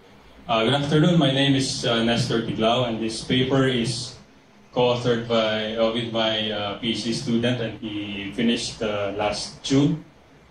So I'll be talking about a new congestion control that's designed to be cache-aware, and the idea is that we will use caching at the intermediate nodes to improve overall performance. And what you will see that this is really useful in cases where you have constrained devices in your network. So this is the outline. This is a long presentation, but what we'll really focus on is really, I'll just really explain what the design of the protocol is. But before that, we will go into some preliminaries and some discussion of the state of the art with respect to protocols for wireless sensor networks.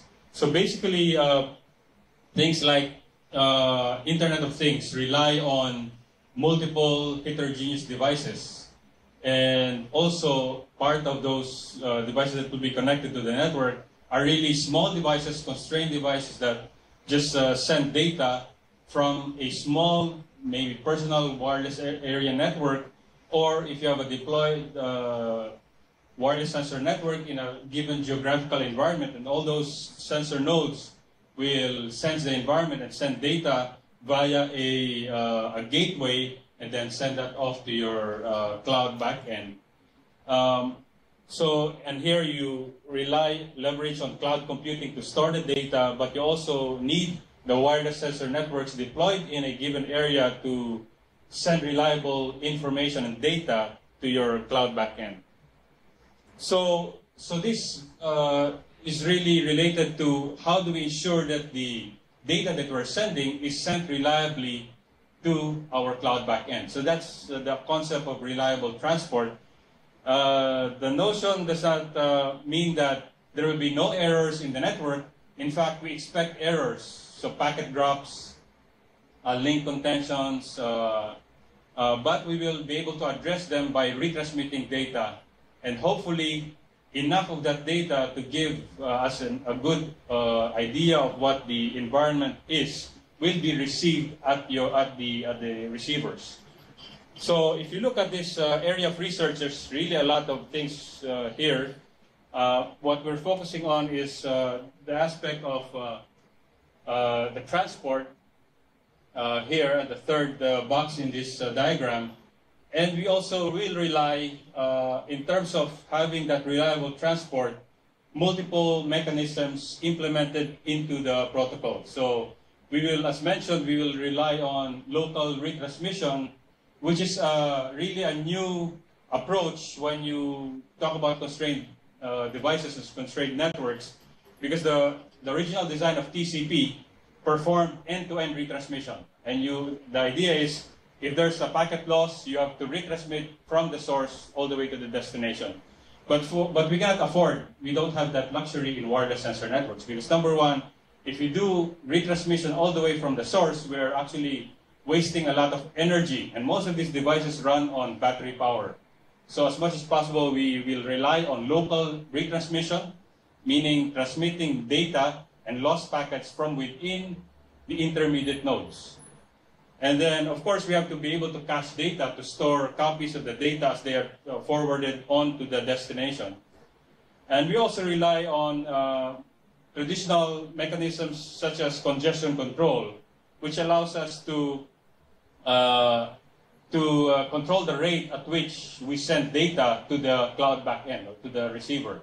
Because if we swamp the receiver, it will just lead to more data loss and energy wastage. So here's a reliable transport design where you have, if you're sending, for example, from node 0, several packets to node 3, your receiver, and at some point, some data becomes dropped, like data number 2. So what you do is, at the receiver buffer, you should be able to detect what those missing packets are.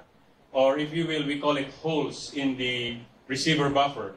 So what we will do is, once we detect that, since we know that since we are expecting a sequence numbered data, we should be able to detect what those holes are, as shown by the black box here in the receiver buffer. So we can send a, so what we can do is, since here's where local retransmission comes in node number 2, it detects that it is forwarding packet number 3, but it did not actually receive packet number 2. So there's a knowledge that packet number 2 was not received, and therefore it was lost along the way. So what node 2 will do is actually send a what we call an RNAC, or a repair negative acknowledgement, back to the node 1, so that node 1, if it has a copy of packet number 2, will now retransmit that packet all the way up to node 3, the intended receiver. And you will see that this has a lot of impact on the performance improvement. So here's the analytical model for this protocol design. So if you're doing the end-to-end retransmission, you will see this Markov chain showing that before a packet can be received all the way to node N, you have to make sure that it is received at each point in the of the network. If not, then you have to go back and request that data from the source. However, in the second diagram, you use intermediate caching, so you just make sure that each data will be retransmitted enough times so that it gets to the next hop. And then if it does not get to the next hop, then what you can do is request it from the previous node. So that's basically the intuition behind intermediate caching. And so this is just the computation for the expected number of transmissions without caching and with caching. So, of course, since you are keeping copies of the data, so you're doing cache management. So the question is, what kind of cache management policies do you implement? And how do you implement it? So here, we thought about how we can allocate the memory of each node to store multiple packets from multiple flows. So we can do it uniformly, or we can do it depending on how we can maybe partition the memory. So, for example, more packets, more percentage of the cache for maybe longer flows or more important flows. So actually, you can extend this research by just studying in more detail the cache management policies. So for this paper, we focus on the simplest one, which is uniform cache partitioning. So we also, if you look at the complex situation for packet losses in wireless sensor networks, packet losses can result from either buffer overflow, because you have a very fast sender and the receiver is very slow, or you can have link contention, because by nature wireless is a broadcast medium. So if you're transmitting, you will and there are neighbors all near you, there's a high probability that you will contend with the channel, and then this might lead to packet drops as well. So in this research, there are many ways there in terms of how you can implement your congestion control, and basically there are three aspects: detection, notification, and avoidance. So these three you can mix and match depending on how you design the protocol. So first, you have to be able to detect reliably whether congestion has occurred or not. And then once you detect that, how do you notify the other nodes that there is congestion? And finally, once the node knows that there's congestion, the question is, how do you actually avoid congestion? So, and you can do this from using these different approaches. So I won't go any more into the nitty-gritty and details about the state of the art. And there's a lot of papers around this already. But what I will focus on is that in terms of the congestion control, congestion avoidance mechanism, the idea is to do resource control, meaning you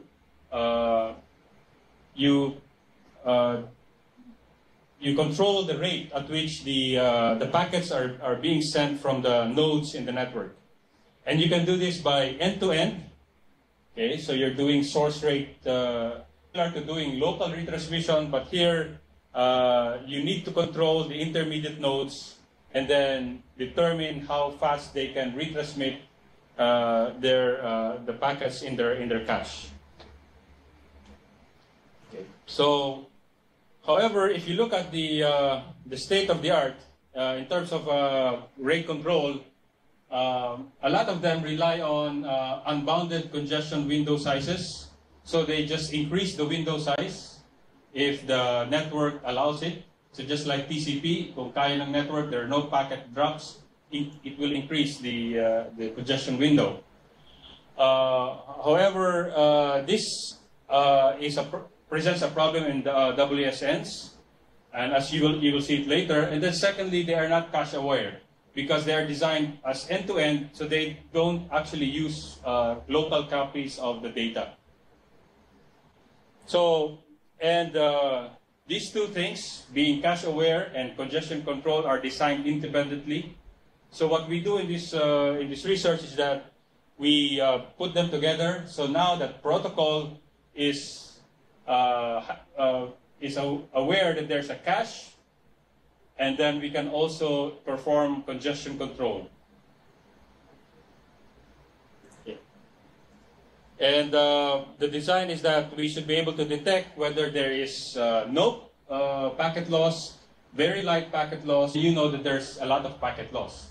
If there are no holes, then you have a very good network, there are no packet drops. So this that first diagram, it relies on an ear. It's called an explicit acknowledgement receiver, or a small packet, a control packet in the network, to ask the intermediate nodes whether they have the packet in their local cache. So this is the ear mechanism.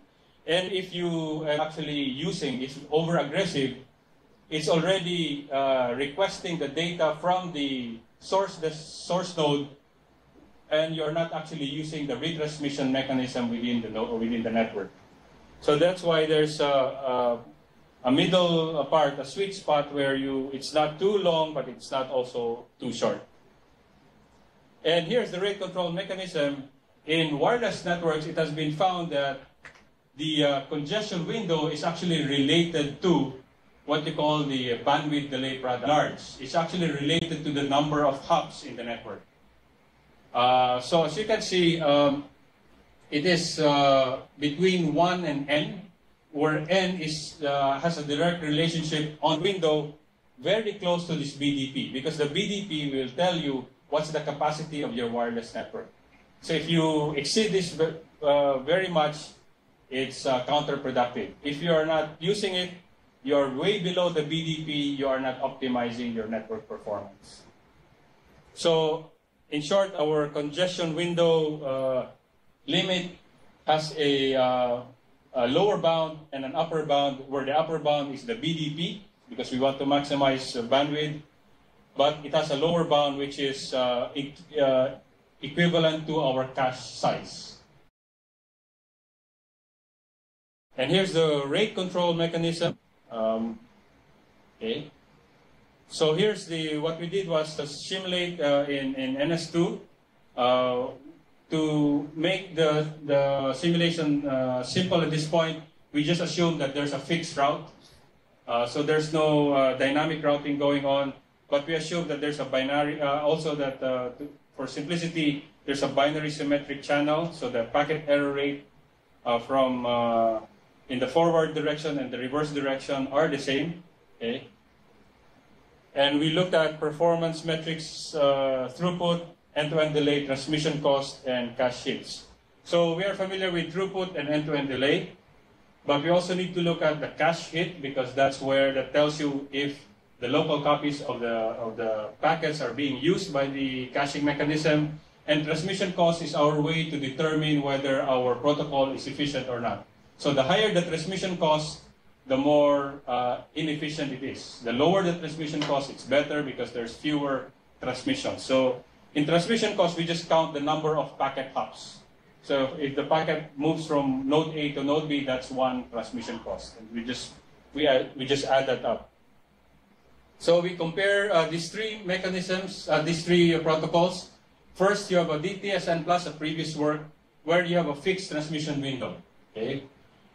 We have a CARC where you have a dynamic cache-aware rate control mechanism with your fixed transmission window. This work is really about RTCACC, where you have that dynamic rate control and then you have that bounded transmission window that I just discussed. So where you want to maximize the capacity of a wireless network by getting close to your BDP. So here's a graph showing the different number of received NACs. Okay, so the higher the number of the received NACs, it means that your condition is worse because there's negative acknowledgement. You always want 0 NACs, okay, because that means that you have a very good network. If you look at the probability of caching, and this is represented by the different graphs.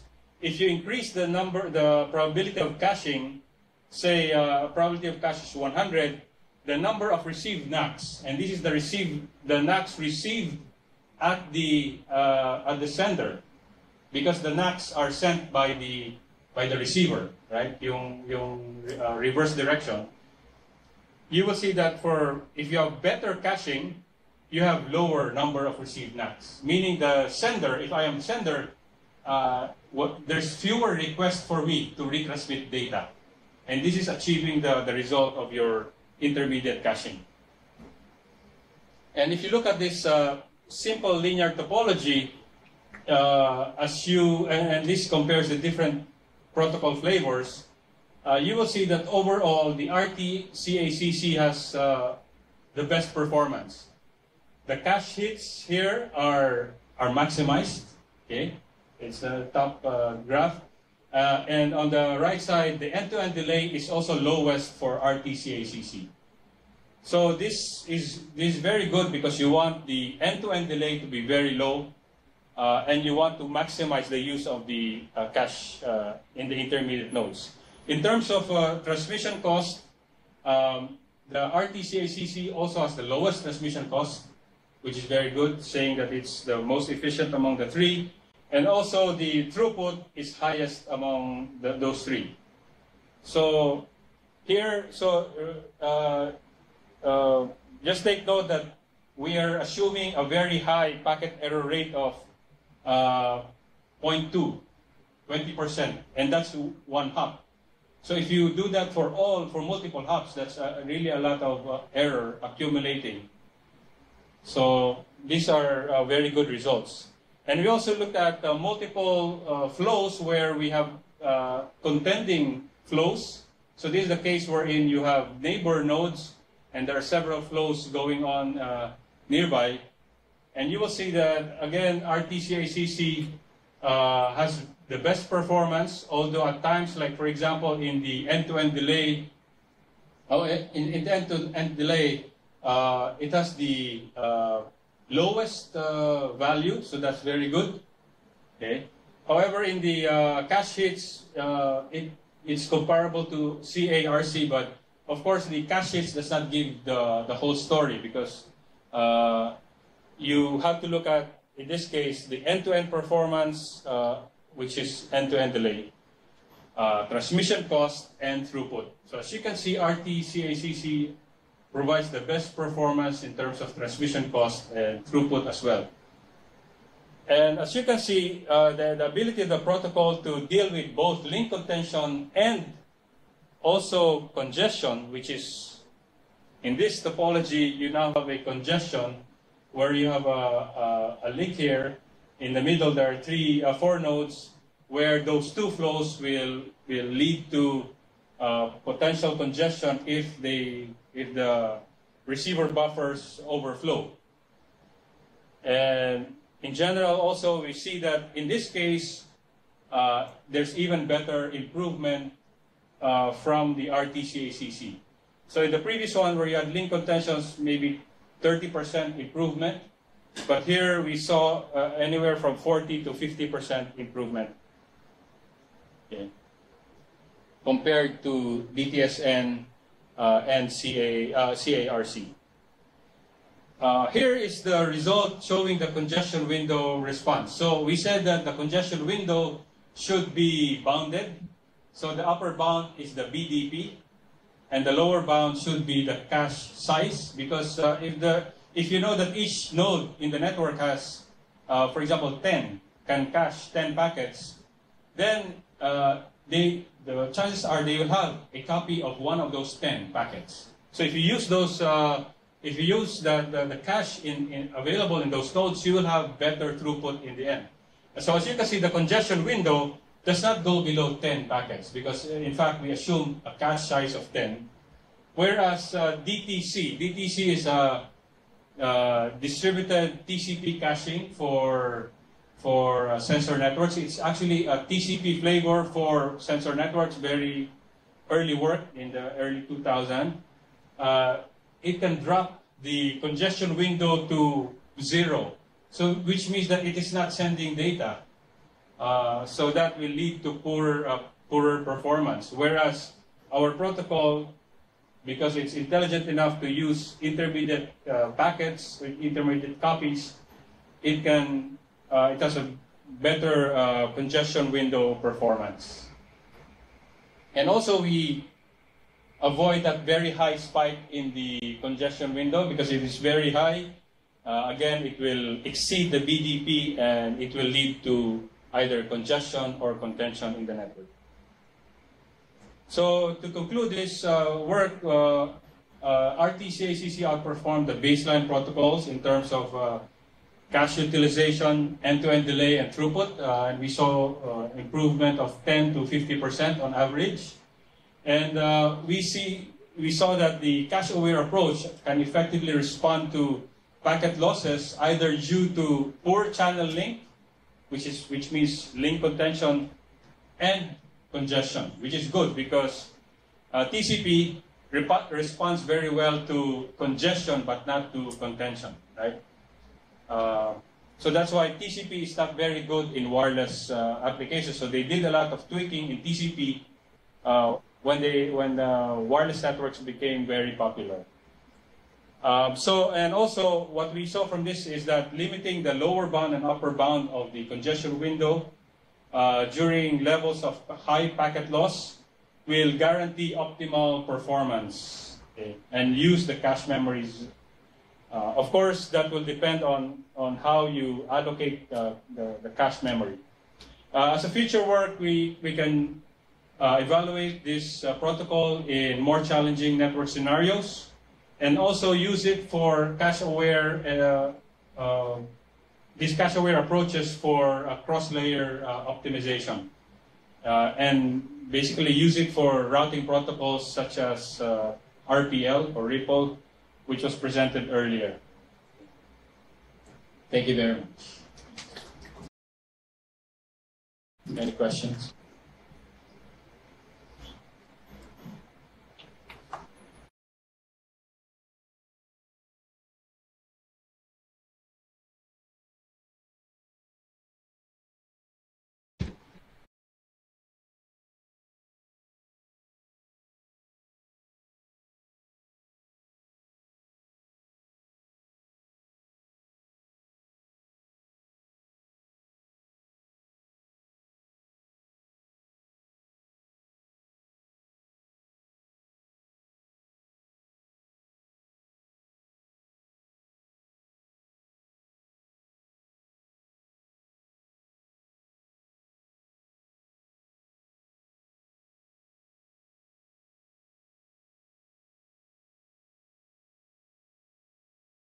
Okay, this is the last presentation.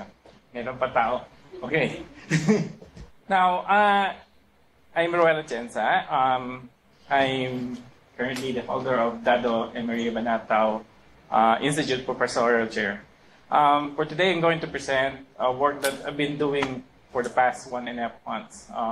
Yeah, I'll tell you some success story and some not so successful. Okay. Yeah, we are working computer vision, and we're using AI on computer vision. And one of the problems that we're tackling is how to reconstruct 3D given single image. And we know that humans are really good in this one. Okay, you give a picture, internally in our brain we have already a 3D reconstruction of that. Okay, so just to give you a quick background, we have many ways of representing 3D. Normally we have the mesh, which is usually what we use in computer graphics.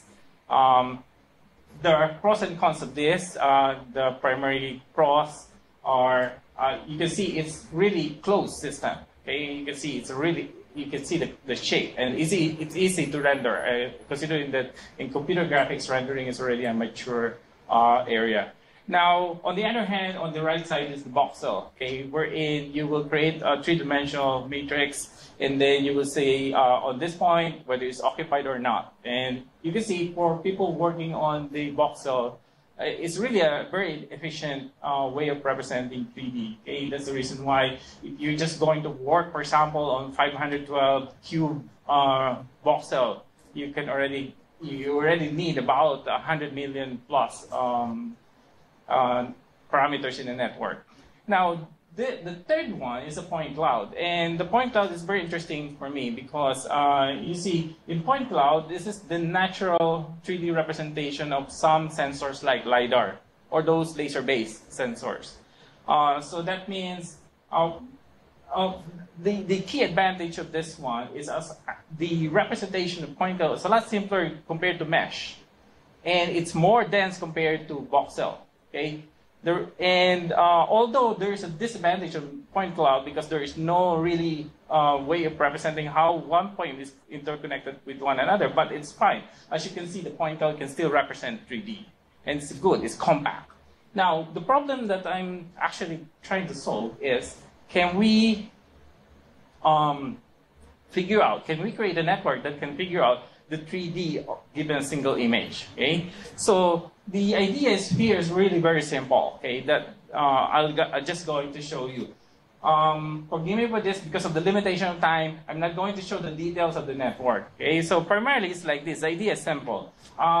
Given, for example, you can imagine you have an autoencoder that will encode a distribution like that, a point cloud, into a small latent space. In this case, 32 dim is good enough. Okay, so that means you can arrive at what we call probability distribution of the latent code given the input, which is in this case the point cloud. So primarily that one, the middle, is probability distribution. So it's a 32-dimensional. So An autoencoder, of course, is made of decoders, so that means practically you can decode the 32 DIM, what we call latent representation or latent code, into its original image, approximately. Okay. So if you can do this, you can do this on any data. Okay. So that means I did this for example, for point cloud.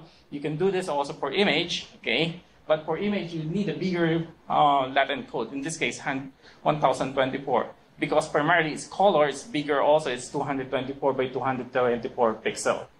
Now, the idea of transform distribution is like this. So if I can have an encoder that will encode the image into that yellow latent space, and I have that point cloud that can encode the point cloud distribution in that green latent space. Okay, if I can learn, if I have a network that can learn how to transform from yellow one to the green one, then that means I can perform image to point cloud conversion. So that's basically it. That's the transform latent distribution, because once I already know the distribution transformation, sometimes they call it bijection. Okay, that means I can have an input image which I can deduce the point cloud. Very simple concept. Now, so this is the output. As you can see, that's the ground truth, that's the input, that's the prediction of my network, that's the car, that's the ground truth, which is almost similar to the prediction. But there are some that are not faithfully reproduced, like the third one, the airplane, the couch. The rifle is still good, okay? And that's good because normally this kind of network fails on thin images. And this one, even on rifle, it can create the 3D representation in terms of point cloud. Now, the bad part, okay? When I perform benchmarking, you need to perform on the, qualitatively, but when you perform the computation and benchmark, okay? But I'm still not surrendering on this one. I'm just pausing on this part, okay? Because I'm still figuring out how come it looks so good, but on the benchmark it's not beating the state of the art. Okay, so there are still things that I'm trying to look at, and primarily maybe the way they created their ground truth data and when they compared it to their prediction and so forth. But I'll come back to this one. Now the thing is, I said if I can do from image to point cloud, that means you can also do point cloud to image, right? But it turned out it's not going to work, okay?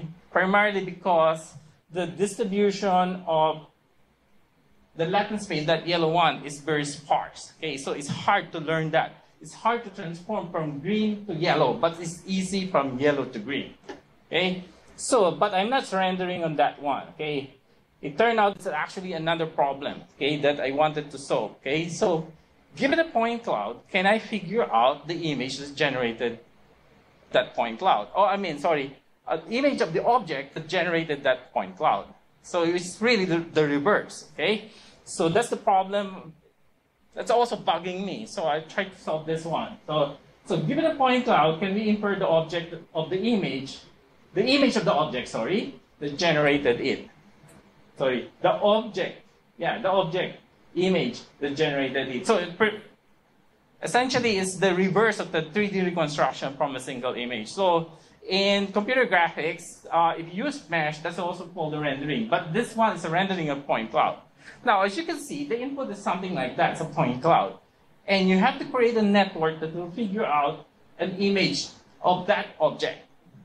But if you come to think of it, that's point cloud. That's essentially, you cannot infer anything about it, okay? Maybe the shape, okay? So essentially, you can imagine there's a virtual camera that will take the image of that point cloud and infer a most logical image of the object, something like that, okay? So what's the solution to this one? Actually, I said earlier that's not going to work, the transform latent distribution. So the next one is actually to use GAN. Okay, GAN is one of the recent breakthrough in AI. And the concept of GAN, just for you who are not familiar with this one, is a quick review of this. In GAN, there are actually two networks, so what we call competing and cooperating at the same time. It's like the thief and the policeman. Okay, the idea is you will train the police to differentiate fake money from the real money. The fake money coming from the thief, the real money coming from the bank. Okay. So initially, the police has no knowledge, but eventually it will learn. Okay, that's the first part of the GAN. The second part of the GAN, or the second cycle, is known as the generator training, wherein from time to time, this thief will actually create a fake money and tell the policeman this is real. Okay, but the policeman will say, no, that's not real. And the policeman will justify why it's not real. Maybe we say, because the face of the person has to be more round, the font, you're not using the right font, the color, the shading, and everything. It will give feedback to the thief. Naturally, this thief will try to improve based on the feedback. Okay? So if this cycle will go on and on, first part, the police is being trained. Second part, the thief is being trained. There will be time wherein that thief will be able to master how to create a fake money that the policeman can no longer distinguish. That's the idea of GAN. So essentially, we call that thief the generator network. The police is called the discriminator network. You can apply that on any data. So one of the most appropriate GAN in this problem we're trying to solve is what we call AC GAN, which is known as auxiliary classifier GAN. So essentially, you have the noise, and then you have a label, and you want the generator to create a specific data that's called the X prime. And then you will tell the discriminator that this is real, okay? And then that means the generator will tell you, oh, it's not real because of this and this and this. Essentially, that feedback will be taken into consideration by the generator, okay? And then it will try to improve. Now, this, in AC GAN, apart from telling the generator, apart from telling whether data is true or false, it will also try to predict what is the label that the generator were subjected to. That's the reason why it's called auxiliary GAN, because there is an auxiliary network that's trying to predict that label. Now, it turned out that this AC GAN structure, which is slightly different from the GAN structure, is actually very good in creating condition, okay, fake data. Now, using this concept, okay, how do we generate picture from point cloud? I call this PC to pics. Point cloud to pics. Pixel, meaning to say image. So that means essentially, instead of using a label, I use the point cloud embedding. That, recall, I was able to get, where is that? Okay, this one. This latent space is called the point cloud embedding. So if I can get the code there, and I know the view, the camera that took the image, the azimuth and the elevation of the camera that took the image, I use those two as a condition to the noise. I can train my generator to create a fake data, which I can then ask the discriminator to help me to give feedback so that I will learn how to improve myself. So essentially, with this one, okay, I train a network. Okay, essentially coming from noise, this is the ground truth, this is the iteration, this is the output of the generator. It's trying to create a fake data. So it's fast here, but actually when you are doing this, even on 1080 Ti GPU, it will take you 1 day. Okay, just for the chair data set. I'm using the ShapeNet chair dataset, which is around 7,000 plus, okay, point cloud and images and plus view. Okay, so you will see there, it's about 2 minutes, but you will see there, it's trying to learn how to create a fake image of a chair. The input here is not shown. The input is the point cloud embedding, okay, which is not shown here. I showed you the ground truth only so you can compare, okay? Now, I'll skip on the, to save time, I'll skip on the last part. This is about 2 minutes, okay? Okay. So here, as you can see, only minimal changes because it's trying to converge, okay? Few changes are happening only, okay? But imagine this one. You now have an agent that's trying to draw a picture of a chair given a point cloud, okay? That's the significance of this one. Now, apart from this one, I earlier said, I use the view code. Okay? The view is actually made of two angles, azimuth and elevation of the camera that took the image of the point cloud. Okay? So that means this can control what specific image you will generate because you have the camera, okay? You know what's the azimuth and you know the elevation of the camera. So essentially you know the image is supposed to be generated, okay? So where is that? Take a look at this one. This is an image that was generated from that point cloud. That's a point cloud representation. I have a virtual camera. I modify the azimuth angle from -180 to +180, and it generated those images. Okay? So meaning to say I can control the agent's behavior in generating the image. Okay? So that's the GIF equivalent of that picture. All right? So with that, okay, the experiments that I've done, okay, these results were from yesterday only. Okay, I still have to do a lot of validation, improving a lot of stuff, okay? But it turned out, there's, this is the first time a working point cloud to image network is implemented, okay? There are state-of-the-art that works on image to point cloud, but the reverse is hard, okay? And this is probably the first one. I still have to do a lot of background, but no, in my background check, no. Okay? So that means from point cloud, you have a network that's able to infer the image. Okay? Then the single, maybe in the future, I'll come back to single image 3D reconstruction because I don't, I have some doubt that I'm getting good results visually, but my benchmark is far from state of the art. Okay, so that's it for my presentation. Thank you. Any questions?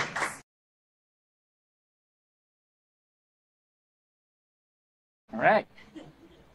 So for those grad students, enroll in the class of deep learning next semester. Yes. Ferdinand.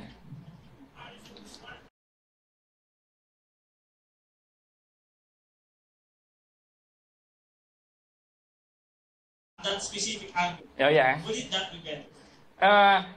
The primary problem in point cloud to mesh is you don't know the interconnection of point clouds. You know there are point clouds, but how one point cloud is connected to another by edges to form what called the polygons.